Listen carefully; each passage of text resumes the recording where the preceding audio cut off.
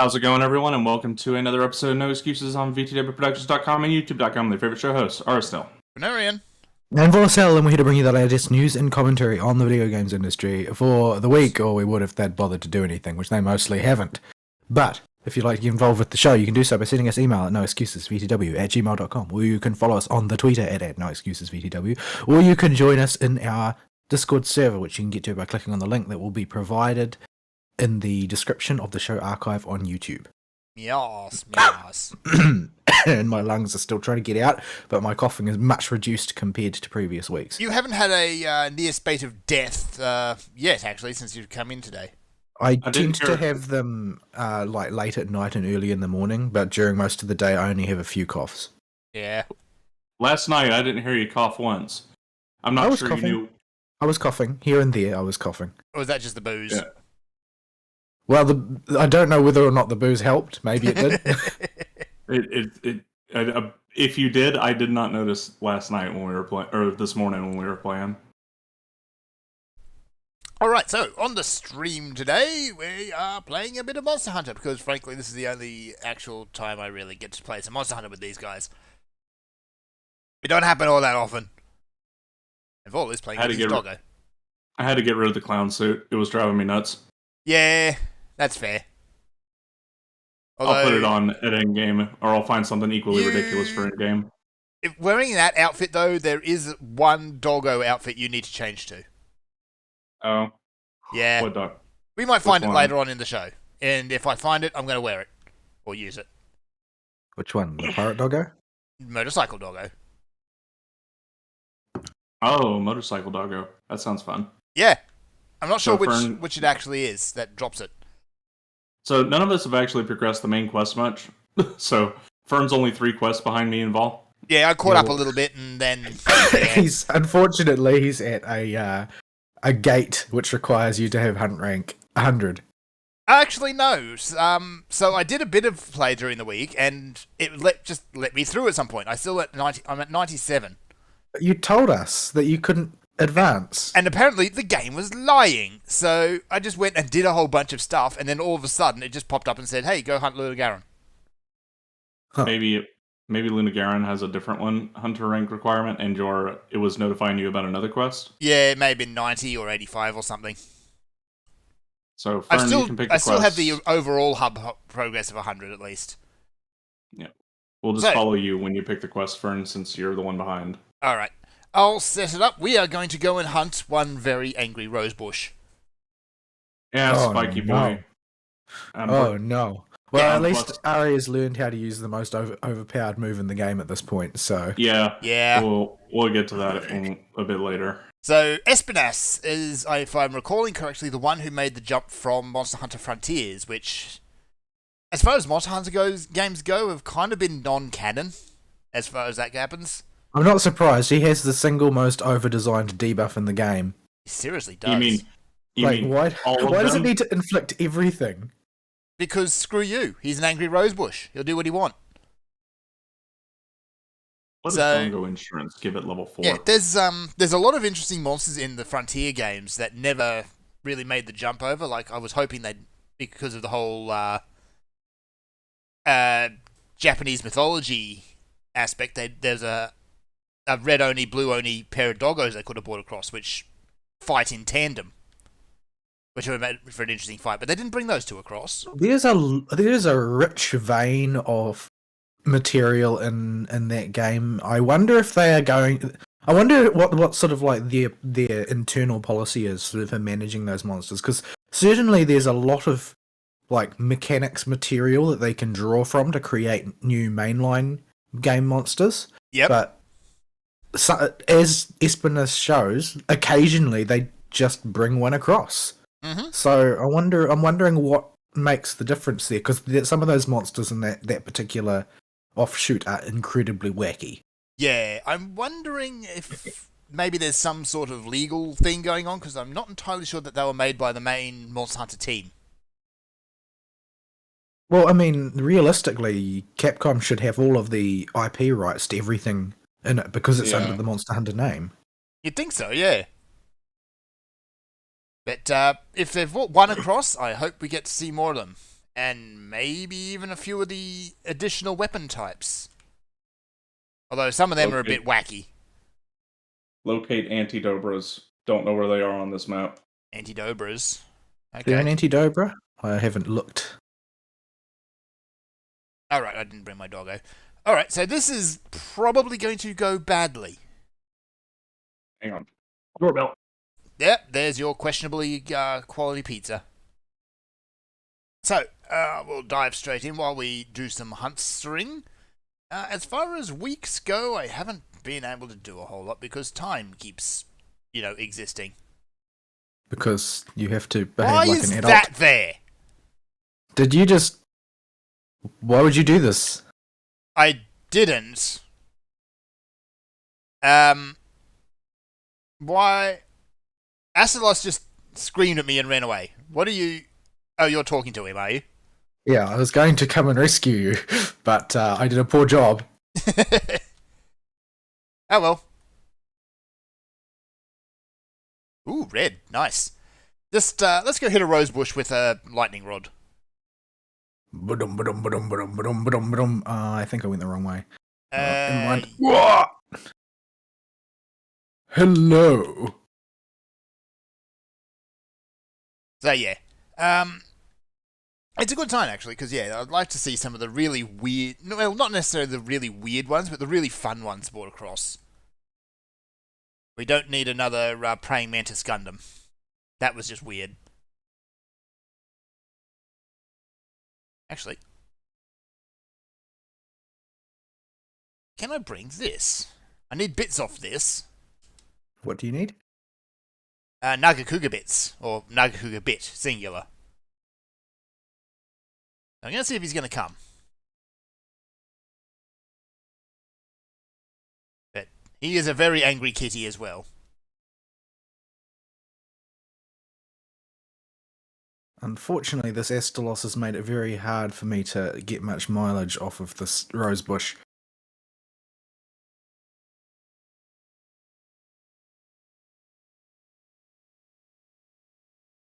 Yeah. Oh, crap. Oh! Yeah, that was bad time for that to happen. Yeah.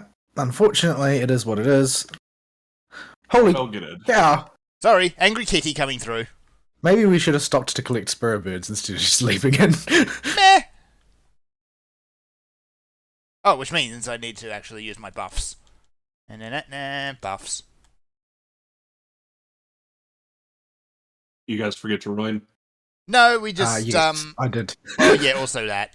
But, Astalos seems to say hello. He left now. Alright, honey. Oh no, I'm gonna die! Juice! Oops. I couldn't do anything. I had insurance. It's K. It's You just K. killed me. When your health bar is this short, you really can't do much. Ah! You're gonna die. I Yeah, have I'm not the coming- everything. I'm not coming down there to punch that thing until I come back with an anti-Dobra and a bigger health bar. I don't know why you're worried. You're using a longsword, you can basically one-shot monsters.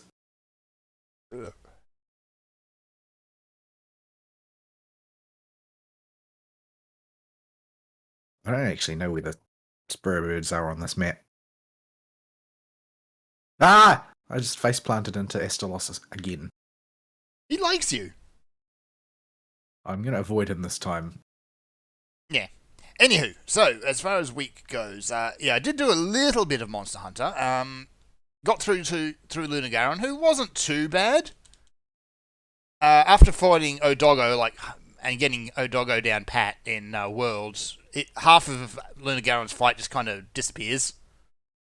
Whoops. So, back when I was using the old regular sheath for longsword, and Vol was using the wirebug counter for bowgun, we noticed something with bipedal Lunagaron, and that he just seems to have the wackiest hitbox for counters. Yeah. Yeah, Why? he just sort of whiff attacks over your head an awful lot.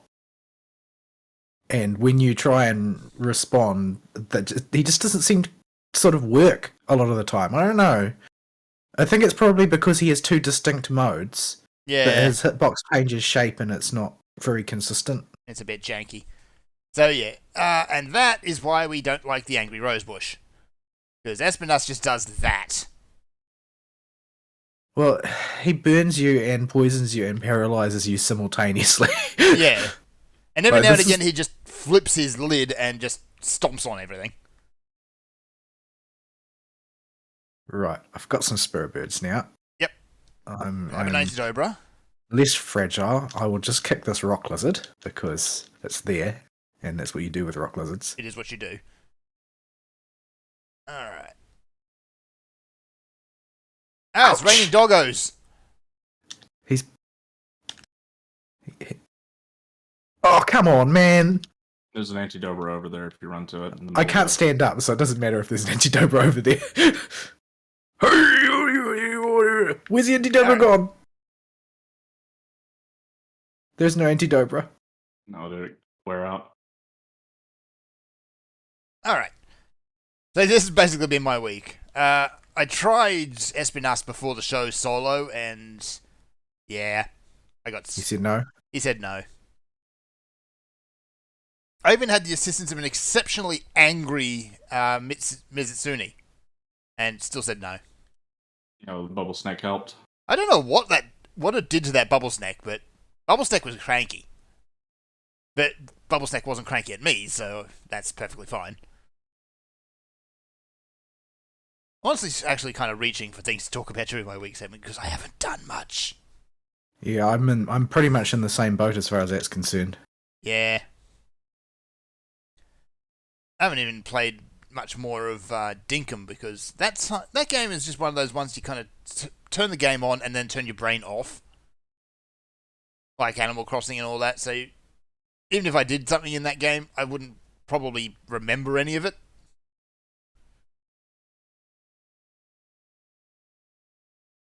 Yeah. Still going on the Phoenix Wright game. I think I'm into the second half of the fourth case of the second game. Oh, wow. That makes things complicated. Let's just call it case 9. So everything's really starting to unravel, the reasons why everything for the story is coming to light, and in terms of overall tone, I think it's not quite Godot level, but it's up there. What do you mean by Godot level? It's There's grim. a lot of aspects to Godot's character. It's grim and dark. Oh, I got the gold wire bug. Oh, y'all used Nargacuga earlier, right? We've used both of them. Yeah, Oh, good. we'll probably get Okay, another I'll mount go- on them at some point. I'll go find a place So- to triple bond it. No, we won't, because No. Aristeel's using the longsword. He does too much damage. So yeah, unfortunately, at this point in the game, it's hard to talk about it without spoiling anything. Okay, this is a good spot. I'll run him around for a second while y'all get here. All right. Why can't we talk about narrative games? That. Look at him. Just absolutely losing his crap.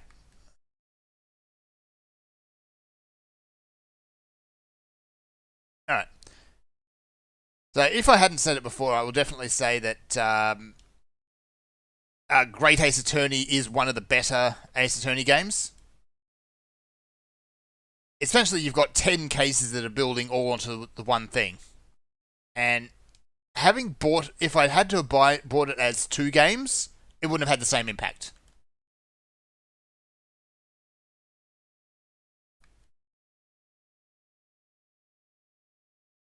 Oh, I'm in trouble. Yeah. Yeah. I hope it's good.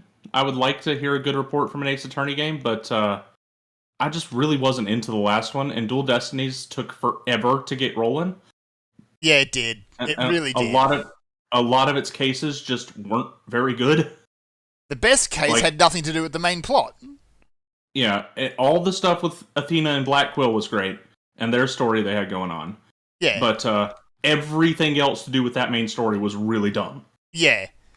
If you can find it, I know it's harder to actually get it these days. You might have to... oh, crap, actually. Is the 3DS store still open? We'll get to that. It's in the news. Okay.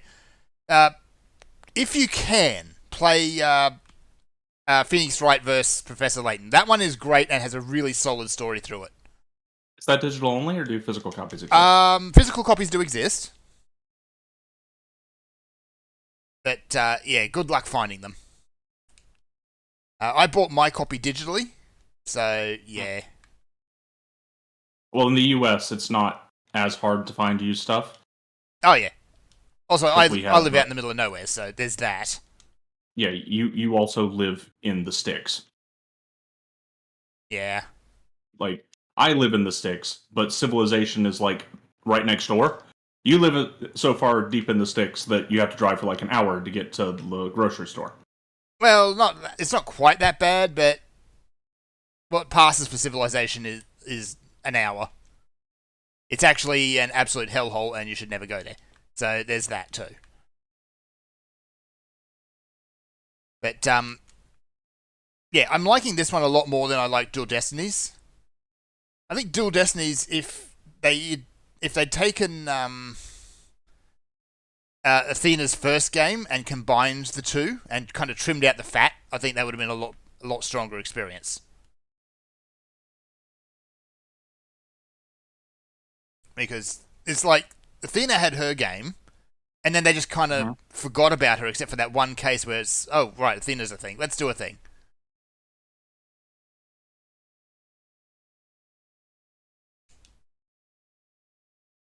And on top of that, also, you've kind of got, in that second game of the second trilogy, you had Apollo as the loose end. So, yeah.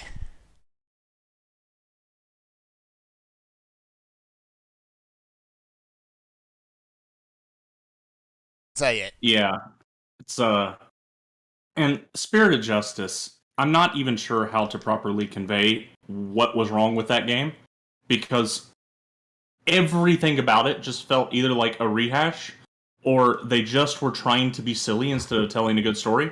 Yeah. Like, there's definitely room for silly in the Ace Attorney games. And well, there's plenty of room for it. The problem is, they still have a good story in there. They still have a strong narrative through arc that follows through the whole game, and a overarching myth arc that culminates in the big final cases that always has a really nice, fun, big payoff with big dramatic moments. Yep. All the dramatic moments in the most recent one just were the flattest garbage ever. Yeah.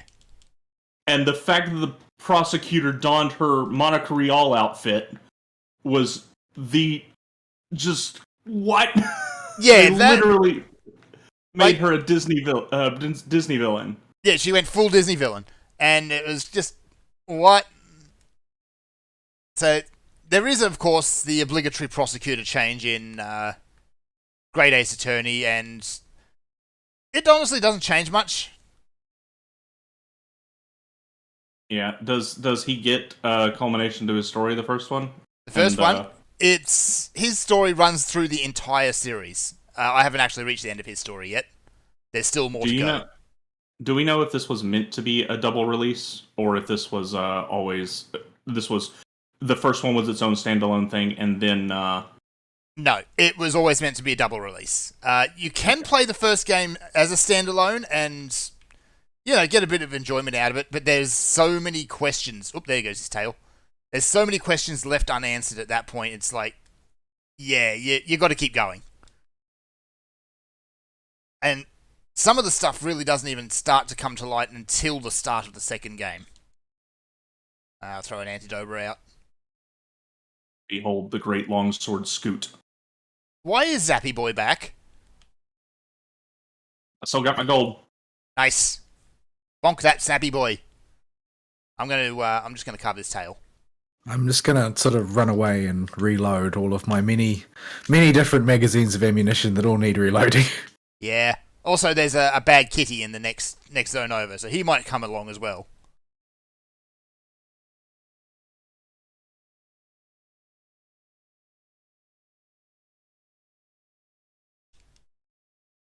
So yeah, definitely. The fact that they've released Great Ace Attorney as a two-parter in the West is a great thing. It means you don't need to wait, then you get everything in one game. there hasn't been any, aside from the 2 tutorial cases. Well, not actually, not even that. The tutorial case in the second game is kind of a bit of a loose end in terms of actual meaningfulness to the story. But that's even starting to be brought back in. Not so much because of what actually happens in that case, though there's still a mystery surrounding that, but it brings back some of the characters. Namely, the Japanese judge actually gets named. He's not the regular judge. Oh, okay, so he's not judge. He's not judge. The English judge is not named. So, yeah, because there's this big whole conspiracy, and as it turns out, that... Why, Espinas? Why? Would you get this rose bush off my face? Yeah, there's this big cover-up that apparently that judge has knowledge of, and he becomes kind of a side character in his own right, outside the story. Like, actively involved in or knows about? Knows about. Okay. Whether he's actively involved in the events, unknown. Okay, so you don't know if he's like the DC Glowish yet. Yeah. Although, case...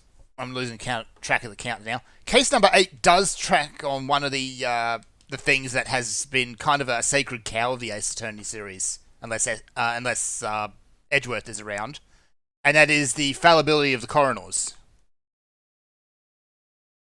Oh, good.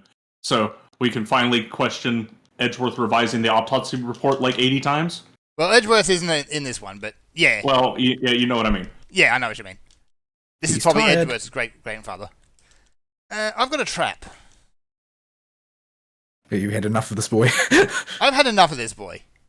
Is he gonna stay put so I can put the trap down, or is he gonna run away? He's running away. Right, well, don't trap him yet, because I need to carve the tail, I need to collect all this crap. Yeah. So for Fern, since we're gonna trap him, I don't wanna engage him. I'm running away. he just went down the road. But Fern, I want you to get something on camera so you can see the stupidest Monster Hunter animation you've ever seen in your life. All right. Where are you? Okay, hang. Right here. Oh, there. No, wait. There you are. So, check this crap out. So I put the sheath away, and now I'm charging it up. I'm dumping all my meter into it. And I can sit here forever, and I can do the discount bad Virgil Judgment Nut teleport. Shoofly. And this has iframes on it. What? And you It just doesn't deserve iframes. and you can just jank Yeah. around like that. Yeah, and I can just go all the way to where What's His Nuts landed over here. I'm doing this now to make a point. And I'll just keep on shuffling while I got this full charge built up, and I'm just going to one-shot him before you can capture him, okay? Okay. Watch this garbage. It's Wait. disgusting. I'm not there yet. It's okay. He's got like infinity time. Well, if you're going to do that,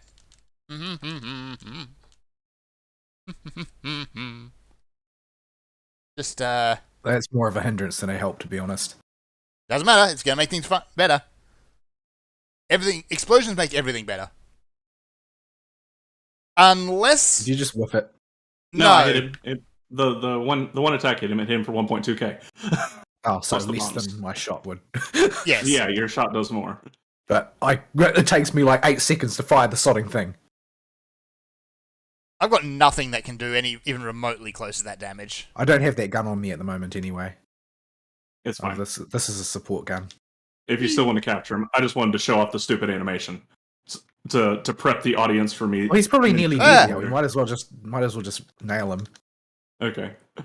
No. What hit me? Why? Oof. What? What? I don't know how that even works. Uh-oh. I'm out of potions. Why?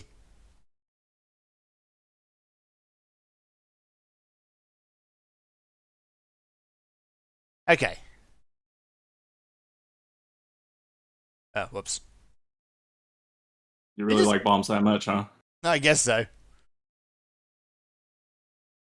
It's only a regular large bomb, not a mega. So, that's fine. So yeah, that's basically been my week. It's still chipping away at that. The second game is of the two is a lot longer. I'll give you that. Because you've got the short tutorial case, and then it just kind of picks up in intensity and case length right from where the first game left off. Have you played the Miles Edgeworth Investigations games? I have not. I need to. I think only the first one's localized. Partly I think because it's a fan. Yeah, I might actually just watch the dub, the unofficial dub Yeah. on YouTube. Did they finally finish that project? I stopped following them. I'm not sure actually. I have to look. But They yeah, it's releasing kind of like one episode a month. it kind of shows Edgeworth as equally internally spazzy as Wright is, at least. He's a more collected version of Wright, but he's just as done with everybody's crap. Yeah. And he's less of an idiot. Thankfully, or at least he doesn't express his idiocy to the rest of the world. He keeps it in his head. Yeah. Ryu, for the most part, is very kind of serious and collected, but every now and again he just kind of hits on this complete blind spot where he's just an utter idiot. And you can only put some of it down to, culture shock and his on-again, off-again, loose grasp of the English language. I mean, he's fluent enough to be able to argue in court. I mean, he can't be all that bad. Well, Wright can argue it in court, but that doesn't... Wright's an idiot. Yeah, Wright's kind of a goof. But you mentioning that fandom makes me want to just go back to the parts in the third game's fan dub that where they get to the points where you get stuck in the trial and everybody gets stuck because you can only press a certain number of times in only these specific instances. That bit, and yeah. And they pull up game facts and have Maya and Wright asking what's happening, and like they can suddenly see the future and they know what to do. As they're going through the game facts, old school text write up. Yeah. There's been a couple of, one or 2 points I've had to look up a hint as to what I've needed to do in this series, but by and large, it hasn't been too bad along those fronts. Man, so I miss the old GameFAQs guides with the ridiculously overblown ASCII art titles. They still do that for some reason. I love it when they still do it if it's good. They're just not very good anymore. No, they're rarely good. They have the new HTML thing they do, so you see less and less of them. Yeah, and they tend to explode. I actually had a disc that was like, it was just sort of like a, remember when you could buy shareware at the store? Yeah. Yeah, yeah. But I had a disc once from many, many, many, many years ago. Probably about 1997 or 1996 or something like that. That had a whole bunch of those shareware games on it. But one thing that wasn't documented on like the disc outer packaging was that it had like an archive of like 200 what essentially were GameFAQs documents before there was really a GameFAQs because nobody had the internet. Yep. It's just all compiled onto this disc for like a whole bunch of popular, well-known games. And I discovered this by accident because I was only just getting to the point where I realized that you could explore the contents of a storage medium rather than just doing what popped up when you auto-played it. And I was just absolutely blown away by this archive of things containing like tips and strategies and walkthroughs and opinions on all kinds of different popular games. And when I say popular games, I'm talking like this thing had a guide on how to play Hexen. So that old. But old. Yeah, and they all of them had ridiculously overblown ASCII art that somebody had obviously put an awful lot of time and thought into. I don't have the kind of head that can even understand processing something into ASCII art like that. Yeah. I think you can get parsers that do it automatically now, can't you? Yeah, Probably. I think you can, but the results are questionable at best. But the old school handmade ASCII art is a relic of the past, and just it won't. Only old farts like us will remember it. Well, you say that, but unfortunately, people still spam them in chat and MMOs. Yeah. Oh, they do it for those, but they're not nearly as elaborate as some of the GameFAQs ASCII arts Yeah. because they're character limited. There we go. My dog is now dressed as Kentucky Rider. There you go. So yeah. Except you still have your cat out, so I can't see your dog. Oh right, you can't see my dog. Doesn't matter. Let me see. I need to see what I can actually make out of Espinas. Bad armor. Bad armor. Is it that bad? It's not good. Eh. It's like it's spread very broadly and has a bunch of very specific abilities. Yep. So it's clearly for dual blades, except it's not very good for dual blades. Yeah. Well, at least it's for something that has lots and lots of small hits, so you could probably use bow with it as well. You could probably use light bow gun with it, but I wouldn't. Actually, this. Yeah. I'm just going to use his weapon. Actually, can I? What do I need to make it? Rathian. So it goes through Rathian, which I can't make. And in that case, I'm lazy, and I'm not going to do that now. Let's have a look at his armor. Yeah, just pick the next thing you want to fight, and we'll just get you caught up to where we are. Yeah. His armor looks good, at least. It's a bit more understated than I expected. Yeah. I expected to end up looking like a rosebush as well. Yeah, the weapons kind of have a little bit of that going through it. Let's see, that's 2 of the Fated 4 in this game being in one quest. That's just lovely. Well, they're not like the cool ones though. It's not the not like Nessos. It's not Bolt Clavinus. Reaver and Soulseer and Hellblade. Nah. I'll make sure I get all my quests. They're just the blend name brand ones. The vanilla ones. Yeah. And then there's oh man, we'll talk about that a bit later. Yeah. Actually. So honestly, that's going to be it for my week. There's not a whole lot else to talk about. A way to throw me under the bus. Yeah, I've been stretching as it is. Alright, let's see. We've got Gormagala, we've got Tigrex, Pyarachna Kadaki, because that's all we need. Garen Golem, Luna Garen, and Mr. Zappy Dog. I do need a Zappy Dog. I haven't fought Zenogre yet in this game, but I dread fighting Zenogre. Yeah. Zenogre's probably my hardest monster to fight. Yeah, like, if Zenogre had Elder Dragon damage and health, I would never be able to kill him. Yeesh. Let us. We won't do Gorge just yet. We could do. Well, yeah. Zenogre's not one of the key quests in this case, so I'll leave him be for now. Gore is a punk. Gore The is main a re- punk. The main reason that I am frustrated with Gore, well, there's lots and lots of reasons to be frustrated with Gore, but I am frustrated with Gore because his freaking wings billow everywhere and they're constantly covering his tail. Yes.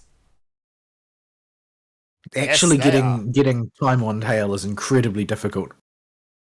The only weapon which the only situation which I've had a good run at his tail was where for some reason he just decided to sit on top of me and I was able to go to town on it with the greatsword by like standing under his wings. But from the outside you cannot see his tail because his wings was flailing around. Yeah. Let's do Pyarachne. Oh, good. At least that one's relatively simple. Yeah. it Then does you hit got a really choice hard, of though. Gormagala or Tigrex. Neither This of which is stupid spider- particularly. Yeah, this is a big spitter. Yeah. It hits really hard for just a big spitter, by the way. Actually, I Yeah, think- the damage is serious business, but he is still a dumb spider. yeah. I mean, yeah. Just you're gonna get butt slapped and it's gonna hurt, so just be ready. But the butt is the juiciest target of all time, like with the other spiders. It is the juiciest butt. When it swells up, it's just a damage bonanza. But yeah, I don't have a lot to talk about during my week either because I spent so much of my free time cleaning the house because it was my first flat inspection, and obviously I ended up forgetting something. There was a tiny strip of grass outside that I was supposed to do the weeding on that I completely forgot existed. Ah, But generally speaking, I wasted a lot of time cleaning the house because, well, it's New Zealand. The humidity is high and the weather is cold. When you have Yes. those two things together, it means mold will grow everywhere given half a chance, and I fight this perpetual battle against it. So yeah, I ended up burning a lot of free time on that, and I haven't really done a huge amount of other things. I've completed most of the FGO current FGO event. I found it quite enjoyable. The twist was not M. Night Shyamalan. They put it together relatively well, such that you can piece together what is going on. You know, probably a chapter or two before it actually reveals it, which is about the right pacing, I feel, for these types of things. Because you, in my opinion, if you're going to do a twist, you should make it possible to figure out at least the rough shape of what's going on. And if you don't, you're just being M. Night Shyamalan. But Yeah. you can figure it out in advance to a certain extent, and I feel like they got it relatively right. It's not a complicated one, and they drop really, really big hints. It's not really it's not really the matter of oh well, I don't know what these hints mean so much as, well, it's not really that they drop so many hints that it's obvious so much as the hints. You can pick out that they're hints, but working out how they actually fit together in a way that tells a story is kind of tough until you realize how many people managed to create this sort of like multiple superpower pile up, because you've got so many incredibly powerful individuals have become embroiled in the singularity, and they are at turns working together and at cross purposes depending on the situation. I haven't done the Absolute epilogue mess. yet, and the epilogue suggests that there was actually a traitor as well in the ranks. But I haven't completed yet, so I don't know exactly how that all works. But yeah, because you've got at play, you've got Kiara, who's a beast candidate, and you've got Abigail, who is the priestess of Yog Sothoth, who I gather, as far as the Lovecraft hierarchy goes, is relatively highly ranked. Second only to Azathoth, pretty much. At least as far as modern stories depict him, anyway. I don't know about the Fate lore. Yeah. Well, generally speaking, the Lovecraft elder gods are pitched in roughly the order of priority that they are in the classic lore, because it is very clear that they don't ever intend to bring them front and center on screen. They're just kind of hanging around in the wings. Yeah, it's sort of like something they will periodically remind you that there are these outer powers that exist, and they will occasionally involve themselves in the plot if they run into somebody who is suitably compatible. Like in the case where BB forms a contract with Nyarlathotep just to be a troublemaker, which seems to more or less be Nyarlathotep's motivation as well, to be a troublemaker. That fits his MO in most appearances. Yeah. Yeah, and in fact, I think BB says at some point that they just kind of got along. Because they're both This is a lot of trolls. It says a lot about BB's character as well. But Nyarlathotep in Persona did turn into Hitler with sunglasses. That he did. This was yeah, Persona got weird. Well, it's more Nyarlathotep's just kind of portrayed as that type of character in all the media.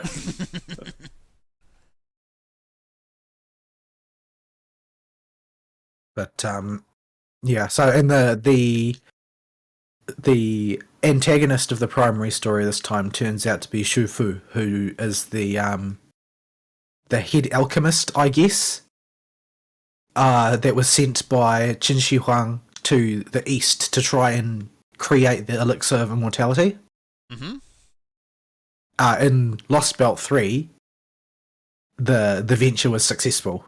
In the primary storyline, the venture was significantly less successful. I am being attacked by the spider. Are you guys actually here, or did I just crash a battle that's not meant to be taking place yet? A bit of both. I was still collecting spirit bugs and juicing my sword. Oh, it's a farting spider. And it flies at you rectum first. Yeah, I'm coming. But Yeah. yeah. Get So its face. the story is very focused on Yu Mei Ren as the main character. It's asleep. It's asleep. I don't have a wake up shot, so Ari can do it if he's got the gas and he's within range. Mhm. Oh, y'all are. Y'all It's are gonna on wake top. up before he gets here. I'll see if I can Yeah. find something that will work. Yeah, I've got I no am big today. hit at the moment. I'm on the right x-axis. I'm not on the right y-axis. I'm below you guys.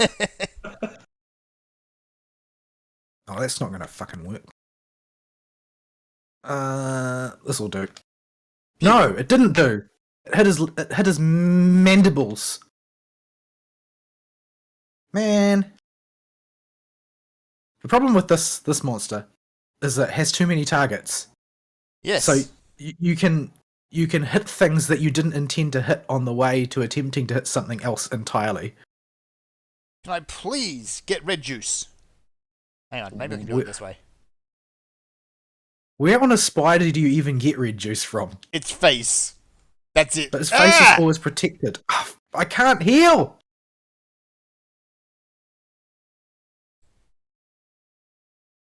Come on, come on, come on, come on, come on, put the gun away. Yee. Nope, that didn't work. Nope, that didn't work. Still didn't work. Ugh. Come on, my weapon doesn't work properly unless I get the red juice. There we go, I got red juice. At any rate, the event has been decidedly less grindy than a lot of other events, and I don't know if it's actually that it was less grindy, because I've still somehow managed to clear most of the shop so far, but it might be more that it's just well paced, so that you don't end up being forced to do big blocks of exhausting grinding that nobody really wants to do. But Always a plus. But yeah, I enjoyed the event. It's got better character writing in terms of the way they play the personalities off of each other than most of the events do. Where the characters are sort of arbitrary, and I'm gonna freaking die if I can't stand up soon. It's leaving. Yeesh. That spider did not like you. No, he did not. I think I'm just taking a lot of damage because my armor's kind of old and crusty at this point. Mine's starting to get that way as well. 42 Right, fire resist. The Let's Espinus go. was able to do... When the Espinus hit me, he was doing like 3/5 of my health and damage when each hit. So, I think I might be getting a bit fragile. Yeah, he's doing like rejank hits to you. It's a bit squishy. But, I'm gonna slash yeah, that so button. I'll probably finish the epilogue this week and then call it good on that event. Although, unfortunately, and I don't know how they make this decision, but the event CE is another one where you've got to get one of the copies as a drop in order to MLB it, and I have no idea what makes them decide to do it that way, but it is very frustrating because despite the fact that I've finished the primary story and I've almost emptied the shop, somehow I still don't have a 5th copy. It's just refusing to drop because reasons. Yeah, it sounds about right. So yeah, if I don't get it, then I effectively can't meaningfully participate in the challenge quest, because the challenge quests are usually difficulty balanced such that you need it. You don't need it. There are people who make a sport out of doing the challenge quest without having the event CE, but the assumption exists that you do have it. Yep. It's got a big red ass.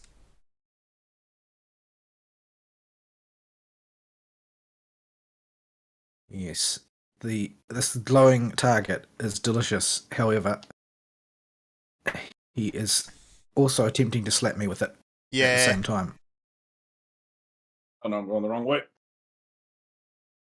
And smacky. And my juice wore off. Hate it when that happens. It just wears off mid-combo.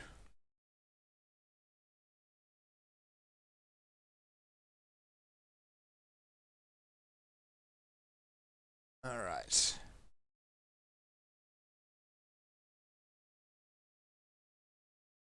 Alright, and he smacks the spider some more. Yeah. Is it asleep? It's asleep? Yeah, it's asleep. Oh, unfortunately, I had already released the trigger, so it's hard to tell when a spider is going to sleep.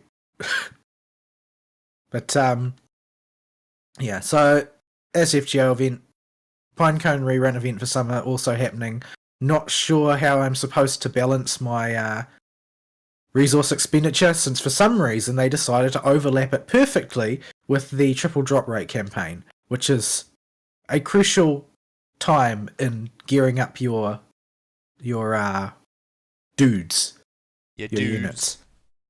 Your waifus. So unfortunately, I am not. Most likely, I'm not going to get very much progress in terms of, like, I probably won't be able to reach 3-star on the welfare, but I've never heard anybody mention this welfare, so it's probably not that useful. Right now, it's a PvP monster for a very brief amount of time, like 1 or 2 months. And I'm running up against it in PvP teams, and it's kicking my butt.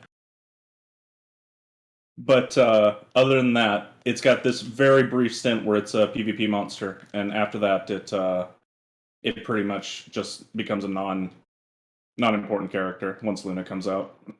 Yeah, I figure I'm just going to basically I'm going to treat it as well, if I for some reason at some point in the future really badly want to increase its rank, then I will have to use the divine amulets for it. That's just the way it's going to be. Oh. But yeah, it is sort of frustrating that they overlap events like this. I guess I'll just blame Crunchyroll. Yeah. The anniversary whole campaign actually started a bit later in Japan after the next set of main quest armor came out. It appears, based on what people are saying, and that also appears to have gotten the tryhards big mad. Yeah, I noticed the tryhards have been really mad because apparently we're well behind schedule on a new world release. Mm-hmm. And they're super mad about that because they wanted to do triple drop rate in it. Is there ever a time in these games where the tryhards aren't big mad? I don't really know why they're that big mad, because the only people they're competing against are each other, and they're all on the same playing field, so it doesn't seem like it's that important, but I guess their values system is different. I pretend that MLG gacha players are they don't exist. Yeah, at least probably not better that way. Not on the same plane as regular human beings, anyway. That they am weird.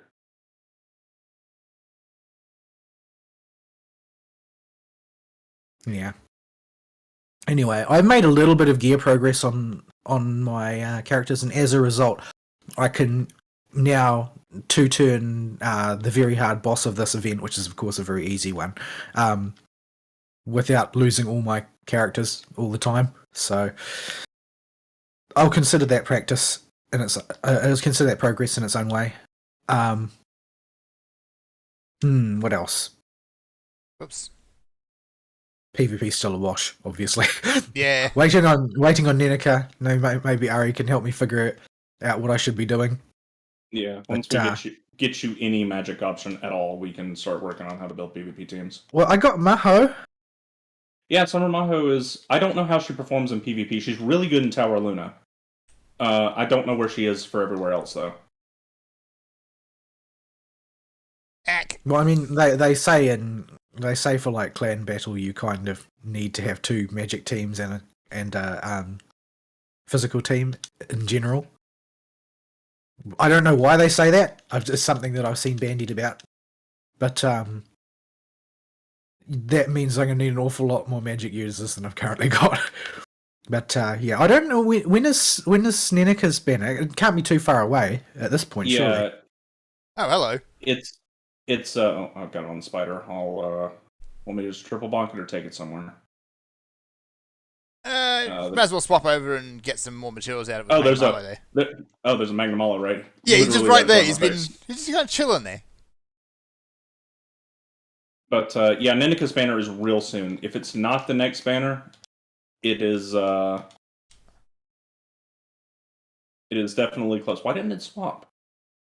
Because you probably clipped a bit of invisible terrain or something. Oh well, it's almost dead. So yeah, Neneka's banner should be real soon. Oh, there's a part over there I didn't get. Come, doggo.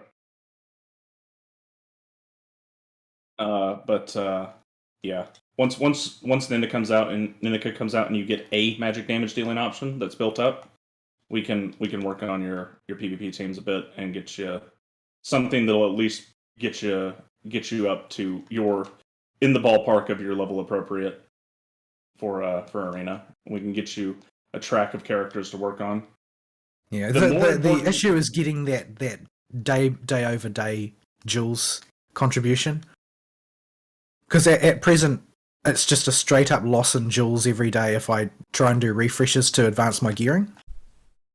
So I sort of can't really consider it an option. I know other people say, oh yeah, but you will advance faster if you do that. And it's like, well, yeah, sure, but so long as your level is low, you're going to run up against a cap on that progress. So the reason I was advising it to you is because I was considering that an investment in PvP ranks in the future that you will get if you get better gear now. The thing is that the upcoming banners are too important from my point of view. How many gems do you have? Well, at the moment now, I've got lots. I've got like 100k or something. Oh, okay, so you're 2.5 sparks. Well, that's a bit generous, but I wouldn't call it 2.5. I'd call it more like 2 1/5. But yeah, there's a lot of important banners, of course, because Neneka's critical, New Year's Carol's critical. There are other ones that people say are critical, but their names don't come up as often, so I'm considering them to be non-critical. Yeah, New Year's Carol and Neneka are the last two absolutely must pulls this year.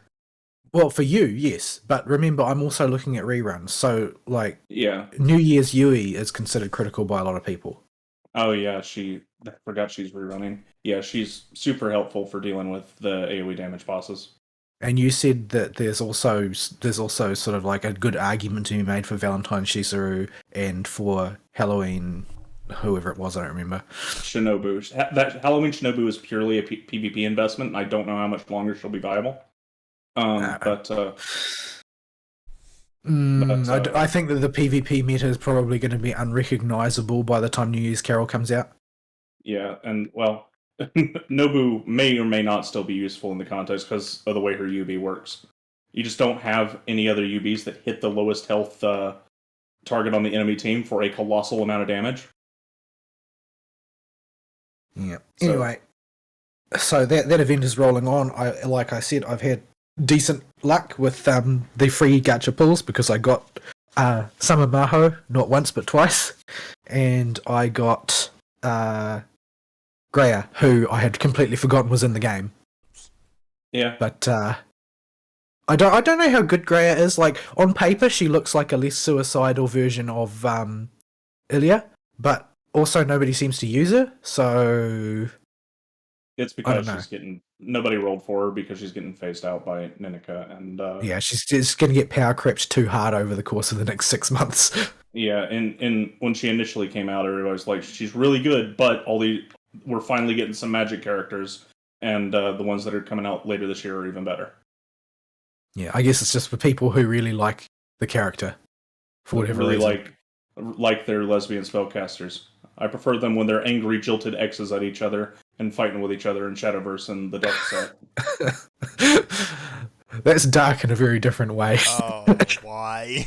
I loved her. She was everything to me, says Anne as she blows Gray's face off. Okay, I just got a quest to do Crimson Glow Valstrax, high rank. Yeah, that's what unlocks when you hit 100. Yep. Yeah. Although we've already killed him a couple of times, so... Have you? Yeah. Oh, right. There's only one Velstrax in this game, isn't there? And it's Yeah, the it's Variant only Crimson Prime. Glow. Yeah, but is there a story behind the angry version of Nah. Anne and Greer? The angry version is in Darkness Over Belsar, the set. It puts a dark twist on a lot of characters, and I say dark, it just means this can be taken in every interpretation of the word. And in the case of Anne and Greer, they broke up, and this is a universe where they have had a falling out of some kind, and they both are very, very sad and angry all the time, and taking this out on everybody around them. Why I we see. don't know, but their deck is really fun to play, and it's called Angry Lesbians. Wait, it's actually called that in game? No, that's what the fan Oh, deck's okay. called. The whole point of the deck is to self-mill yourself down to as few cards in your deck as possible, because Anne and Greer have give you a special token card you put in your hand when you play them that gets more powerful and gets a more and more ridiculous effect the less cards you have in your deck. So it's a self-milling deck to try and mill yourself down to enough to one-shot the opponent with it. It's a really cheesy deck. And it has a lot of trouble staying alive and getting its engine going, but it's really, really funny when it works. Yeah, so it sounds interesting. I did play Demir in Return to Ravnica. So I played a lot of decks with weird gimmicks like that. But yeah, back when Magic the Gathering was cool and not woke, and the company was concerned about other things rather than, say, which pronouns to put on cards and that sort of thing, which is all they care about now. Yeah. And doing cringy crossovers with Fortnite. Ugh. Ugh. I'm glad if nothing else that the woke takeover completely ran aground on Warhammer 40k. Yeah. Like, everybody's just, no, there aren't female Space Marines, there never will be female Space Marines, and if you make female Space Marines, we won't buy them. You've got the Sisters of Battle for that. Well, the thing is that the Sisters of Battle, they offend sensibilities in a different way, because they're sort of like, they're definitely women, but they're also tomboyish religious zealots. They're nuns with flamethrowers. And tanks, and melter guns, Yes. and giant chainsaws. And severe anger issues.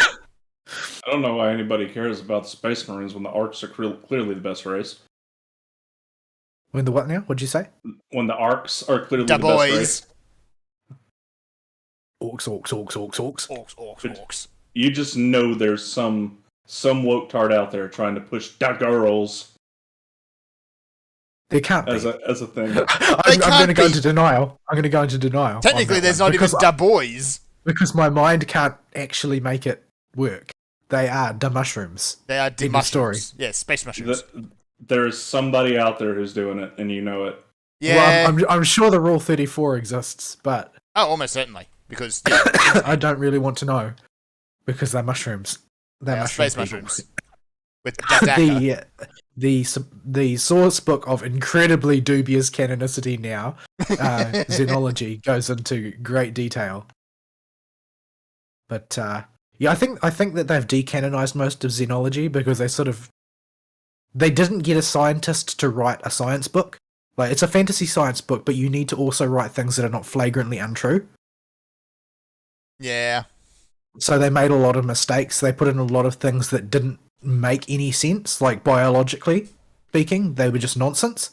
Like Eldar teeth being extensions of the skull rather than sort of enameled, socketed growths, the way they are in every creature that has teeth. That's kind of weird. But, yeah, fish, and I suppose. but that was the reason why they put it in there, to be weird. Yeah. But in the effort to be weird, they also were completely illogical, since you couldn't evolve something like that. No, the It closest wouldn't you make get is a bony plate in some fish, and that's about it. Yeah, well, the thing is that a lot of fish biology is also not designed to have an immortal lifespan. Exactly. Like fish, like a lot of creatures, fish have a lot of disposable biological attributes because for them to last longer than the lifespan would not make sense. Yeah. Eldar have an infinite lifespan. They live until they turn into crystal. Yes. So, yeah. And they also gave Eldar a triple helix DNA. Oh yeah, Which- because that makes complete sense. While also Eldar human hybrids have been canonized. Ah. Well, I think they may have been decanonized now, but at a time they were canonized. Which, of course, you've got two completely different DNA structures. Yeah. Which Not would be to mention completely compatible. the incredible difficulties that you would have constructing a triple helix. Yes. The attempts to make an mRNA vaccine have shown that even with a single strand of one half of the base pairs, we can't construct something stable that will fold correctly. Yeah. Balancing a triple helix would be incredibly difficult. What happens when you have a lot more variability in the way those weak bonds are formed between the two sides of the helix is called cancer.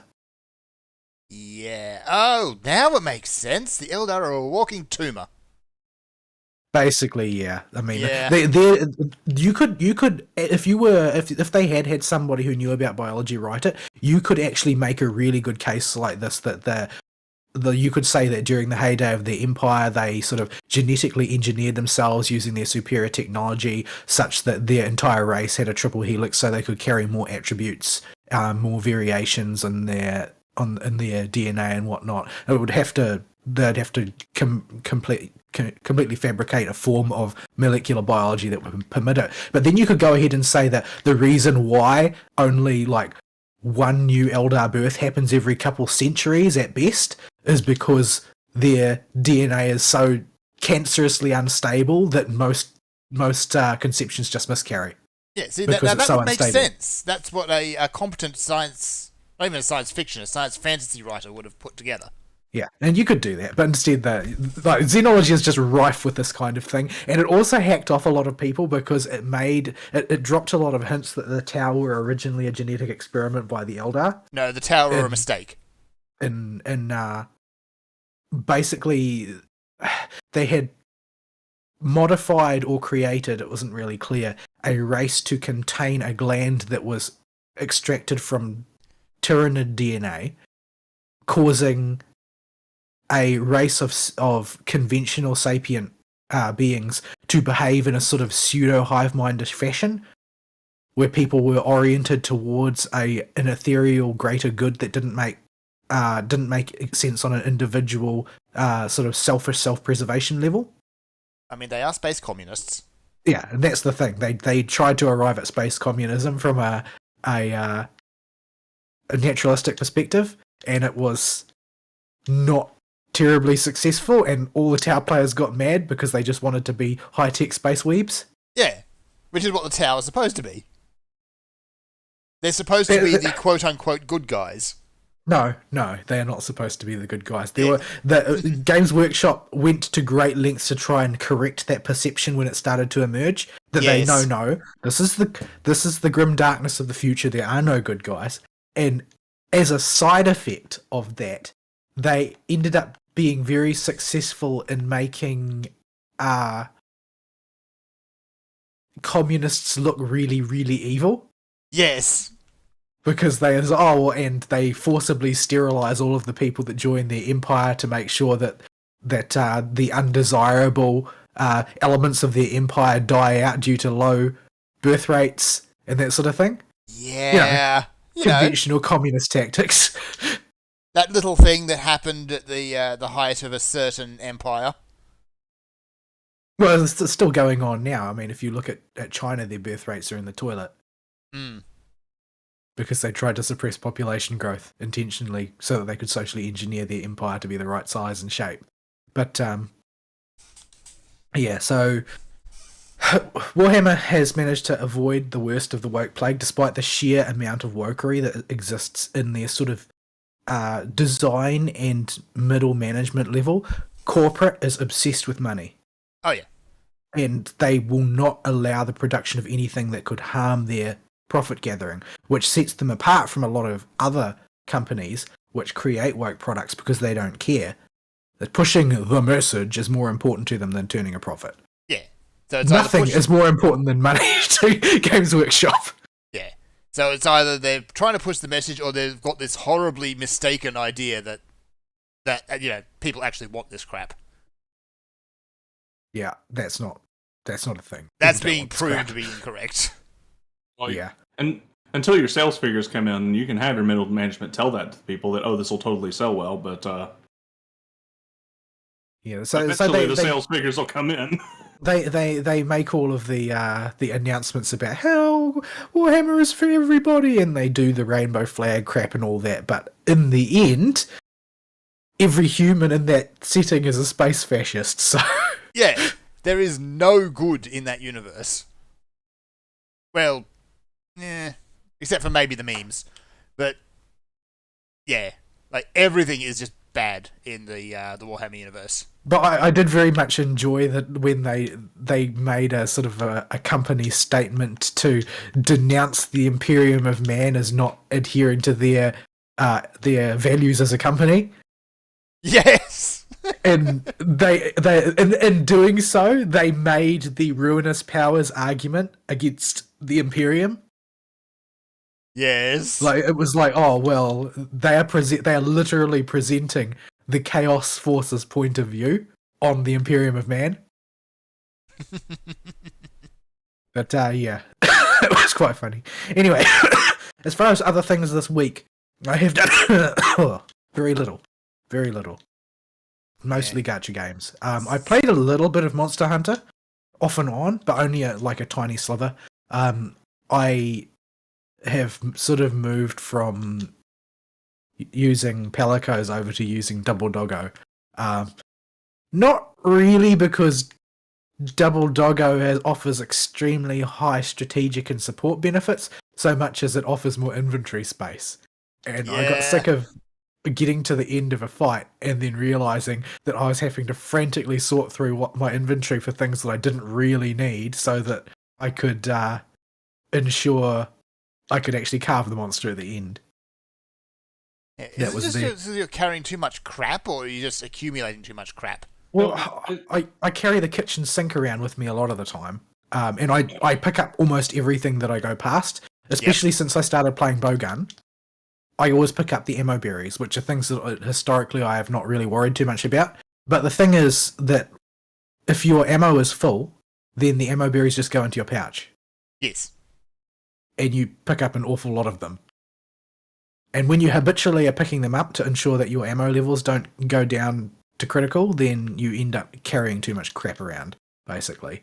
And then there's the other things around, like the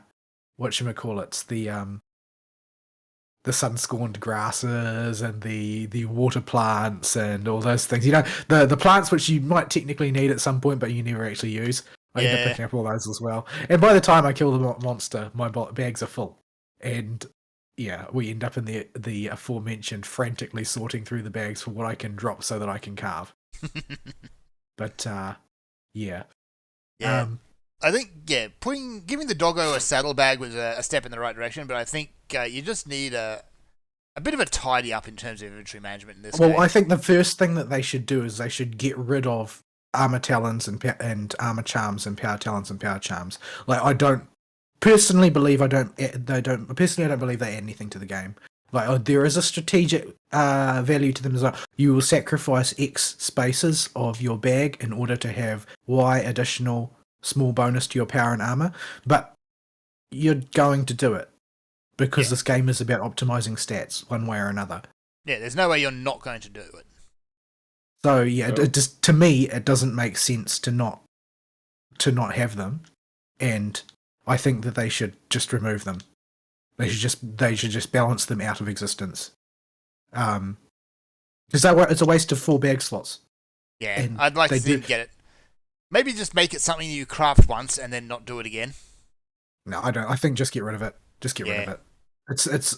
It seems to me like a legacy idea that has passed its prime. Mm-hmm.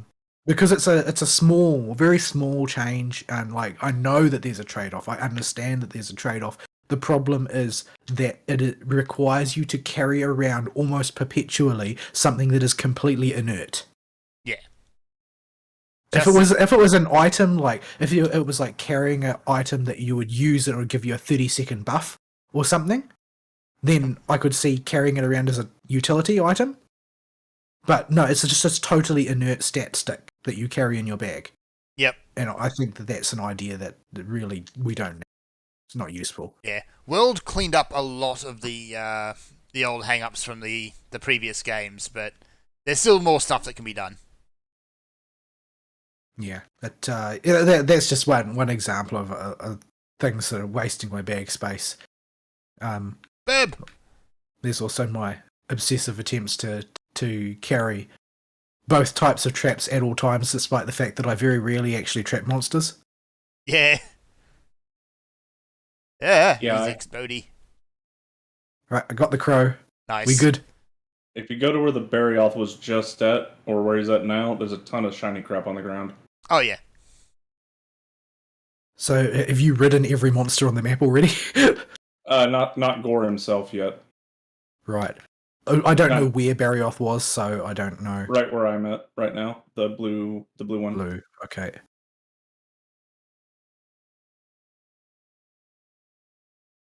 Gore's coming. Yeah, Gore doesn't want to be left out. Whee! Just got down, Mr. President, for you. You leapt in the way and saved me from the incoming blue balls. Yeah, now I gotta go get rid of the ball by attacking the Gormagala before it turns red.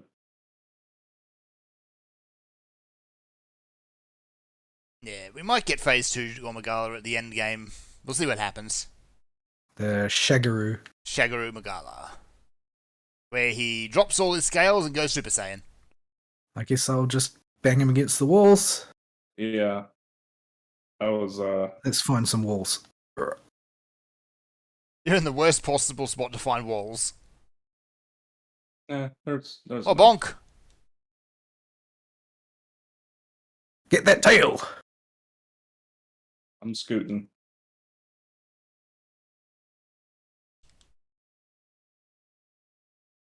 Even when he's on the ground, his wings get in the way. Yeah. I got at least one hit of my 3-hit finisher on the tail. It was the middle one. I'm just going to give up on getting orange juice for most of this fight because his wings just get in the way.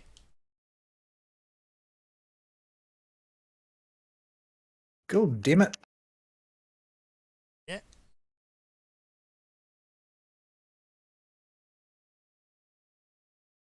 I'm actually, a bit disappointed about...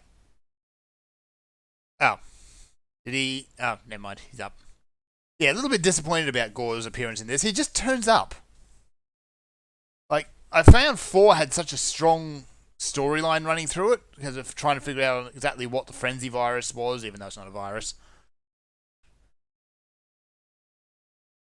So it all worked out, and it kind of loses its impact when they're doing exactly the same story again for Sunbreak. But yeah, You don't really want just to do Gore 2 Gore harder. no, it's Morbin time now. So Oh my goodness me! I Where'd he do go? not like this beast. I do not like him. he is an angry boy. It's not going well for me. Meanwhile, It's at going least when he's in angry mode, you can get his tail. Unfortunately, I've got his freaking disease, and I can't seem to get rid of it. You got his It's cookies. very easy to get rid of it with the greatsword, but I've never managed it with the bowgun before. Yeah, you've basically got to go ham in order to get rid of his the frenzy. Oh no. Would you hold still?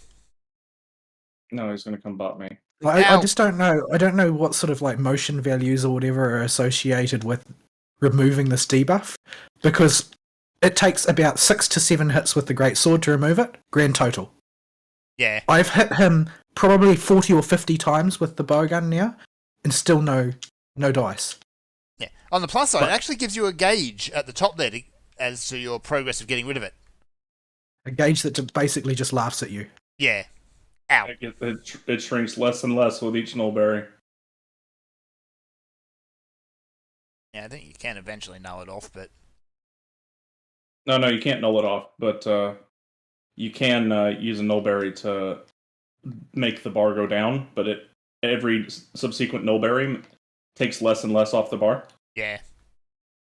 Ow, you jerk. Damn it. Alright. Whoop. Hey! Ruining my flippy doos. Now that's just rude. Ah, finally it went blue after about 50 hits. So, yeah. Unfortunately, having gone blue, I don't know how to make it go away entirely. I think when it's blue, you get the benefits without the drawbacks. Yeah, when it's blue, I think you just got the... No, I've seen it frenzy me after it's turned blue as well. And I couldn't work. That's why I concluded I don't know how it works, because I thought that it wouldn't be a problem after it turned blue, but no, it's definitely still a problem. Hello, Rathlos.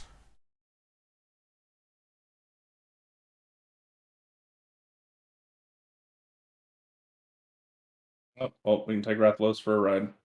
Alright, I'm gonna get some tail time here. I'm more concerned about his horns, TBH. That's what you need for the weapons. Yeah.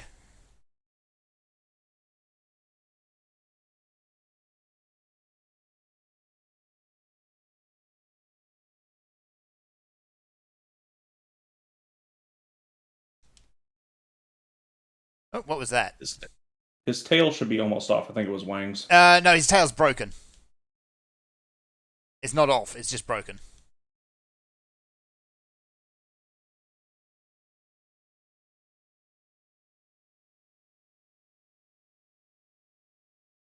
Darn it, Oh, he's out of frenzy. Yeah, I gotta scoot over to the tail. Now,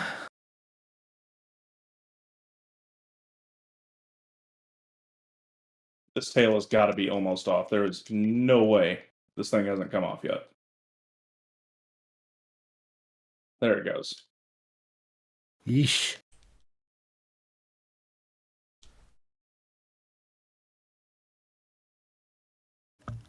Ah.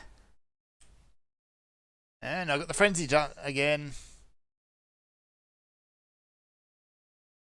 Oh. I have to say, I am kind of excited as to what they're going to do for the next generation of Monster Hunter games. No, he freaking frenzied me and ran away. Really? Yes, he did, because he's a jerk. Yeah. This is the worst animal. Oh, Just the worst kind of animal. The double tail carve, but one of them was a shard. Yeah. Oh man, I'm gonna be frenzied by the time I finish carving, aren't I? Oh yeah, I've got to come back at the tail. So I'm going to be frenzied. So, yeah, great.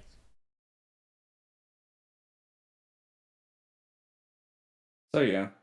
So for your week, you did a little bit on your own from stuff we didn't do together. We played a little bit together. Yeah, we played a little bit together. I did a little bit myself, but when I say little, I mean little. Most of the time that I was online, I was just farming up Pelicos. I mean, not Pelicos, Palamutes, because I wanted to use double doggos. So, yeah. Doing the Shrine Ruins supply collection over and over again to level them up via the buddy thing. Oh, the dojo? Yeah. It seems to be by far the fastest way. Like, I think my personal feeling on the matter is that they should have made actually using it faster. But they didn't for some reason. It seems like EXP granting methods in video games where you actually have to use the stupid thing seem to be less and less popular with at least mobile games being a thing. Yeah. Because they want you to use EXP potions that they can somehow find a way to ring you for money on.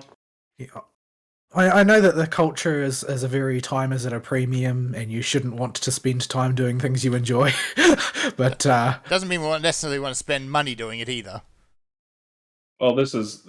In the Buddy Dojo's case, it just seems to be taking that idea because it's what everybody's doing right now, and like that's just how you level things up.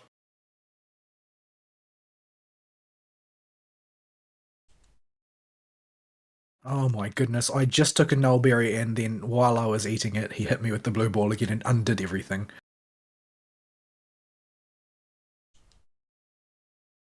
I'm gonna die. But he's sleeping. I'm stuck under him, but he's sleeping. Don't wake him up! Oh, why? I am free! I needed to drink potion and eat nullberry. No, I'm gonna get frenzied. I can't stop it because these... Come on! Eat the berry! Eat the berry! Okay. I'm back down to nearly dead instead of actually dead. Okay, I have the glowy blue, or I have the blue bar, but I don't know what that means for my progress on removing frenzy. Yeah, I don't know. Because there's when your bar turns blue, and then there's when you get the buff. Well, my bar turned blue, but I have no health. And Okay. the bar is still filling. I think you've got to Yeah. hold blue bar for a certain amount of time or something. Yeah, I'm not No, sure. I got frenzied. I got frenzied with the blue bar. Yeah, now I'm just going to stand around outside the combat because I'll die if I go anywhere near him. It doesn't appear to be a damn thing I can do about it. Because there is no cure to it, as far as I'm aware. Oh, is he enraged? Excellent. I'm gonna juice, sharpen, and then use my blasty boy on him and get them horns. No, he's gonna run away. He's gonna run away. Sure. And now Barrioth is here. Hey, Barrioth. I wonder if he's rideable again yet. Should be getting In close. a bit.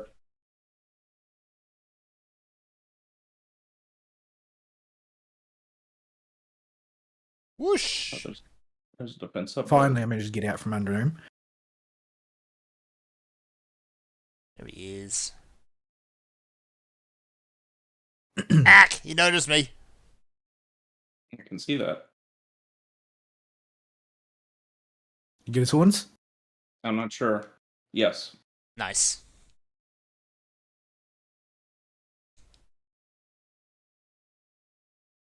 There's a purple boy somewhere in that mess. Be careful of it. I nearly stood on it. Turn around, Gore. I need your juice. There we go. Going Got to his juice. use freshly squeezed Gormagala juice. Yeah. When you said that, I thought of the Slap Shop commercial for some reason. Yeah, I know. Why? Because you spend most of your waking hours thinking about the Slap Shop commercial. That's why. It's a very effective piece of marketing. It was. I cannot hit anything on this guy because of his freaking wings. Like, I just can't see him. Every time I think, oh, well, he's nearly exposed his front half to me, and then he turns around and his wings are in the way again. I'm not even firing my gun because I can't hit him. You know what? Shrapnel ammo time.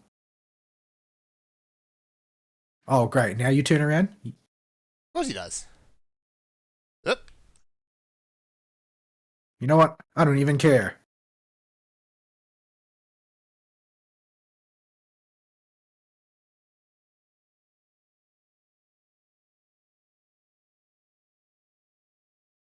What? Why is it that every time I counter, he just misses?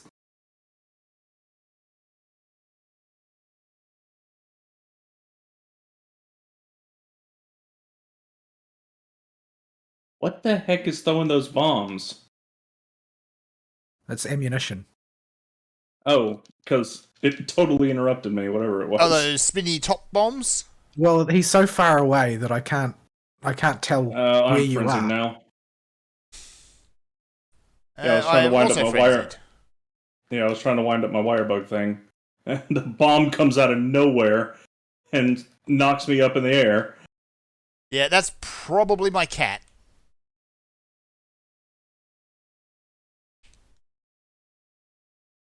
So yeah, we are having. I got the war stun. bombs up- Get in there.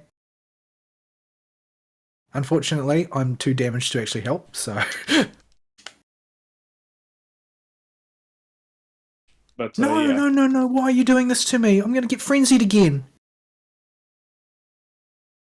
I'm living life on the edge, frenzied here. I might die.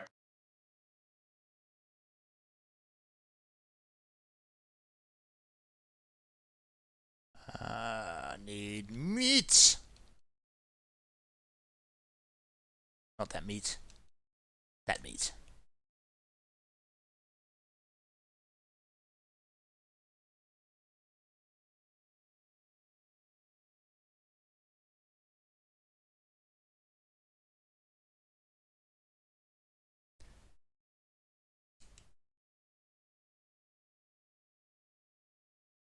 So yeah, we fought Gore. Obviously, Gore is one that requires a bit of brain work. Yeah. So, well, I say brain work. He just requires a bit of attention, and that's why we're being quiet with him. But Yeah. Lots of bad things can happen. I think we've got everything broken, don't we?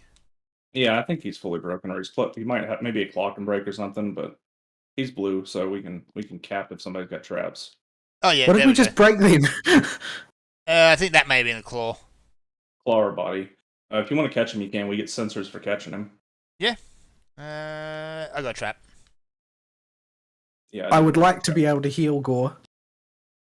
Gore says no. He's got to talk to you about Man Bear Pig and the dangers of global warming.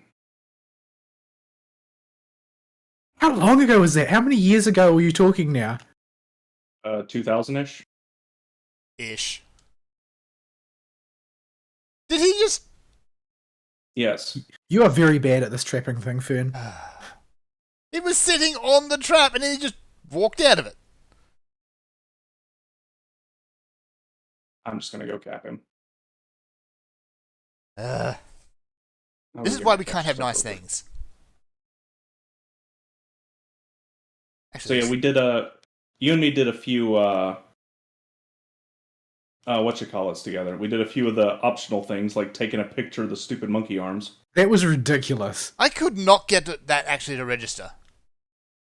Well, It is- you have a very, very tiny window of time in which to do it. Before he smashes you into a squishy paste, yes.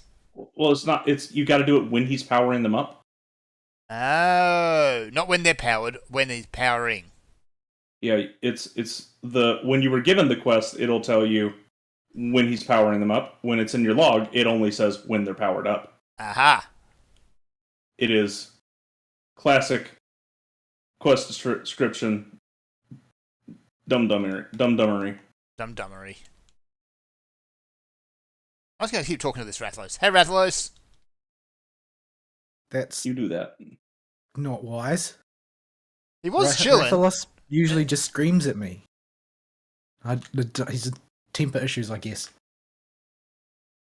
So yeah, that was a thing. We captured a few things, and yeah, but that stupid monkey picture. Yeah, the stupid monkey picture. So what you're required to do is you have to take a photo of him with something on each arm. However, what they only really include in the flavor text is that you have to take that photo at the time that he is powering up into enrage mode. Yeah, not when he's already charged up. So you have to have your finger on the camera button at all times and immediately drop what you're doing and start taking photographs the moment he's deciding to go into enrage mode. Yeah, and it's a I had so many screenshots of dust flying up and zoom-ins of the arms and from him jumping at me while I'm trying to just frantically snap pictures throughout that fight. Yeah, at least the crab one's easier. I haven't tried that one yet. You just get it when he's in block mode. You got to get the red crab to block with his claws, and then you just take a picture of him. Yeah. But he was being a pain in the butt with me on that one. Actually, he wouldn't go into defensive stance. Yeah, because you want him to. Yeah, he doesn't go into it very much with me anyway. Not that I'm usually hitting him from the very front to begin with, but yeah, he was a right pain in the butt with me on that one. The worst one is I immediately, when I saw take a picture of rare endemic life, I was like, oh no.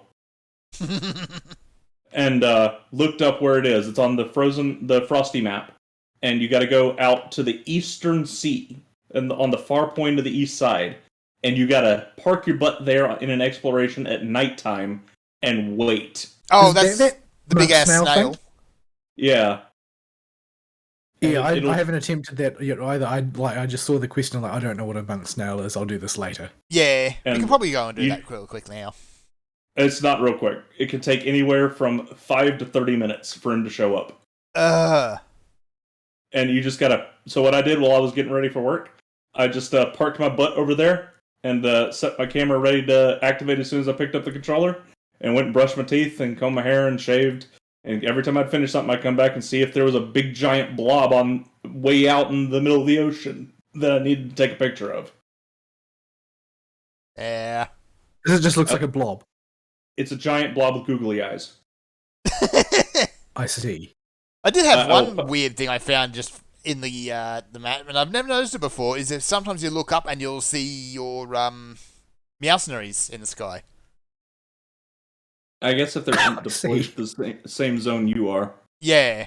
They're right out, usually out over the exterior of the zone. But yeah, if you catch them at the right time, you can see them just hanging up there. I'll dump this in live show chat. This is a picture of the stupid thing, and it's just this big old glowy eye thing out there in the middle of the water, where nowhere near where you can access. You just gotta wait for him to show up. That's a thing. He's as big as one of the rock formations over there. He's absolutely kaiju size.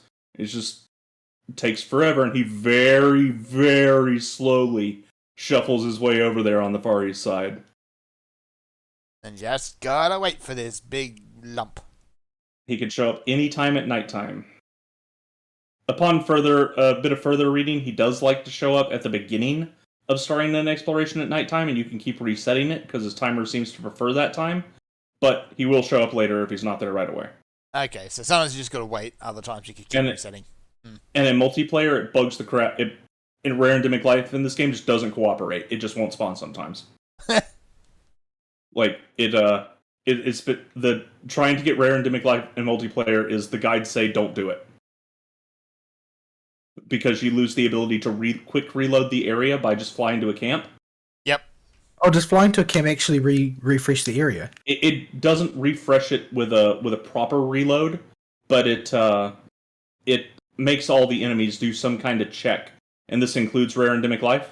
So any of the things that would normally spontaneously populate will check to see if they're ready to spontaneously repopulate again. Yeah. So I guess it'll check to see, has this been gathered?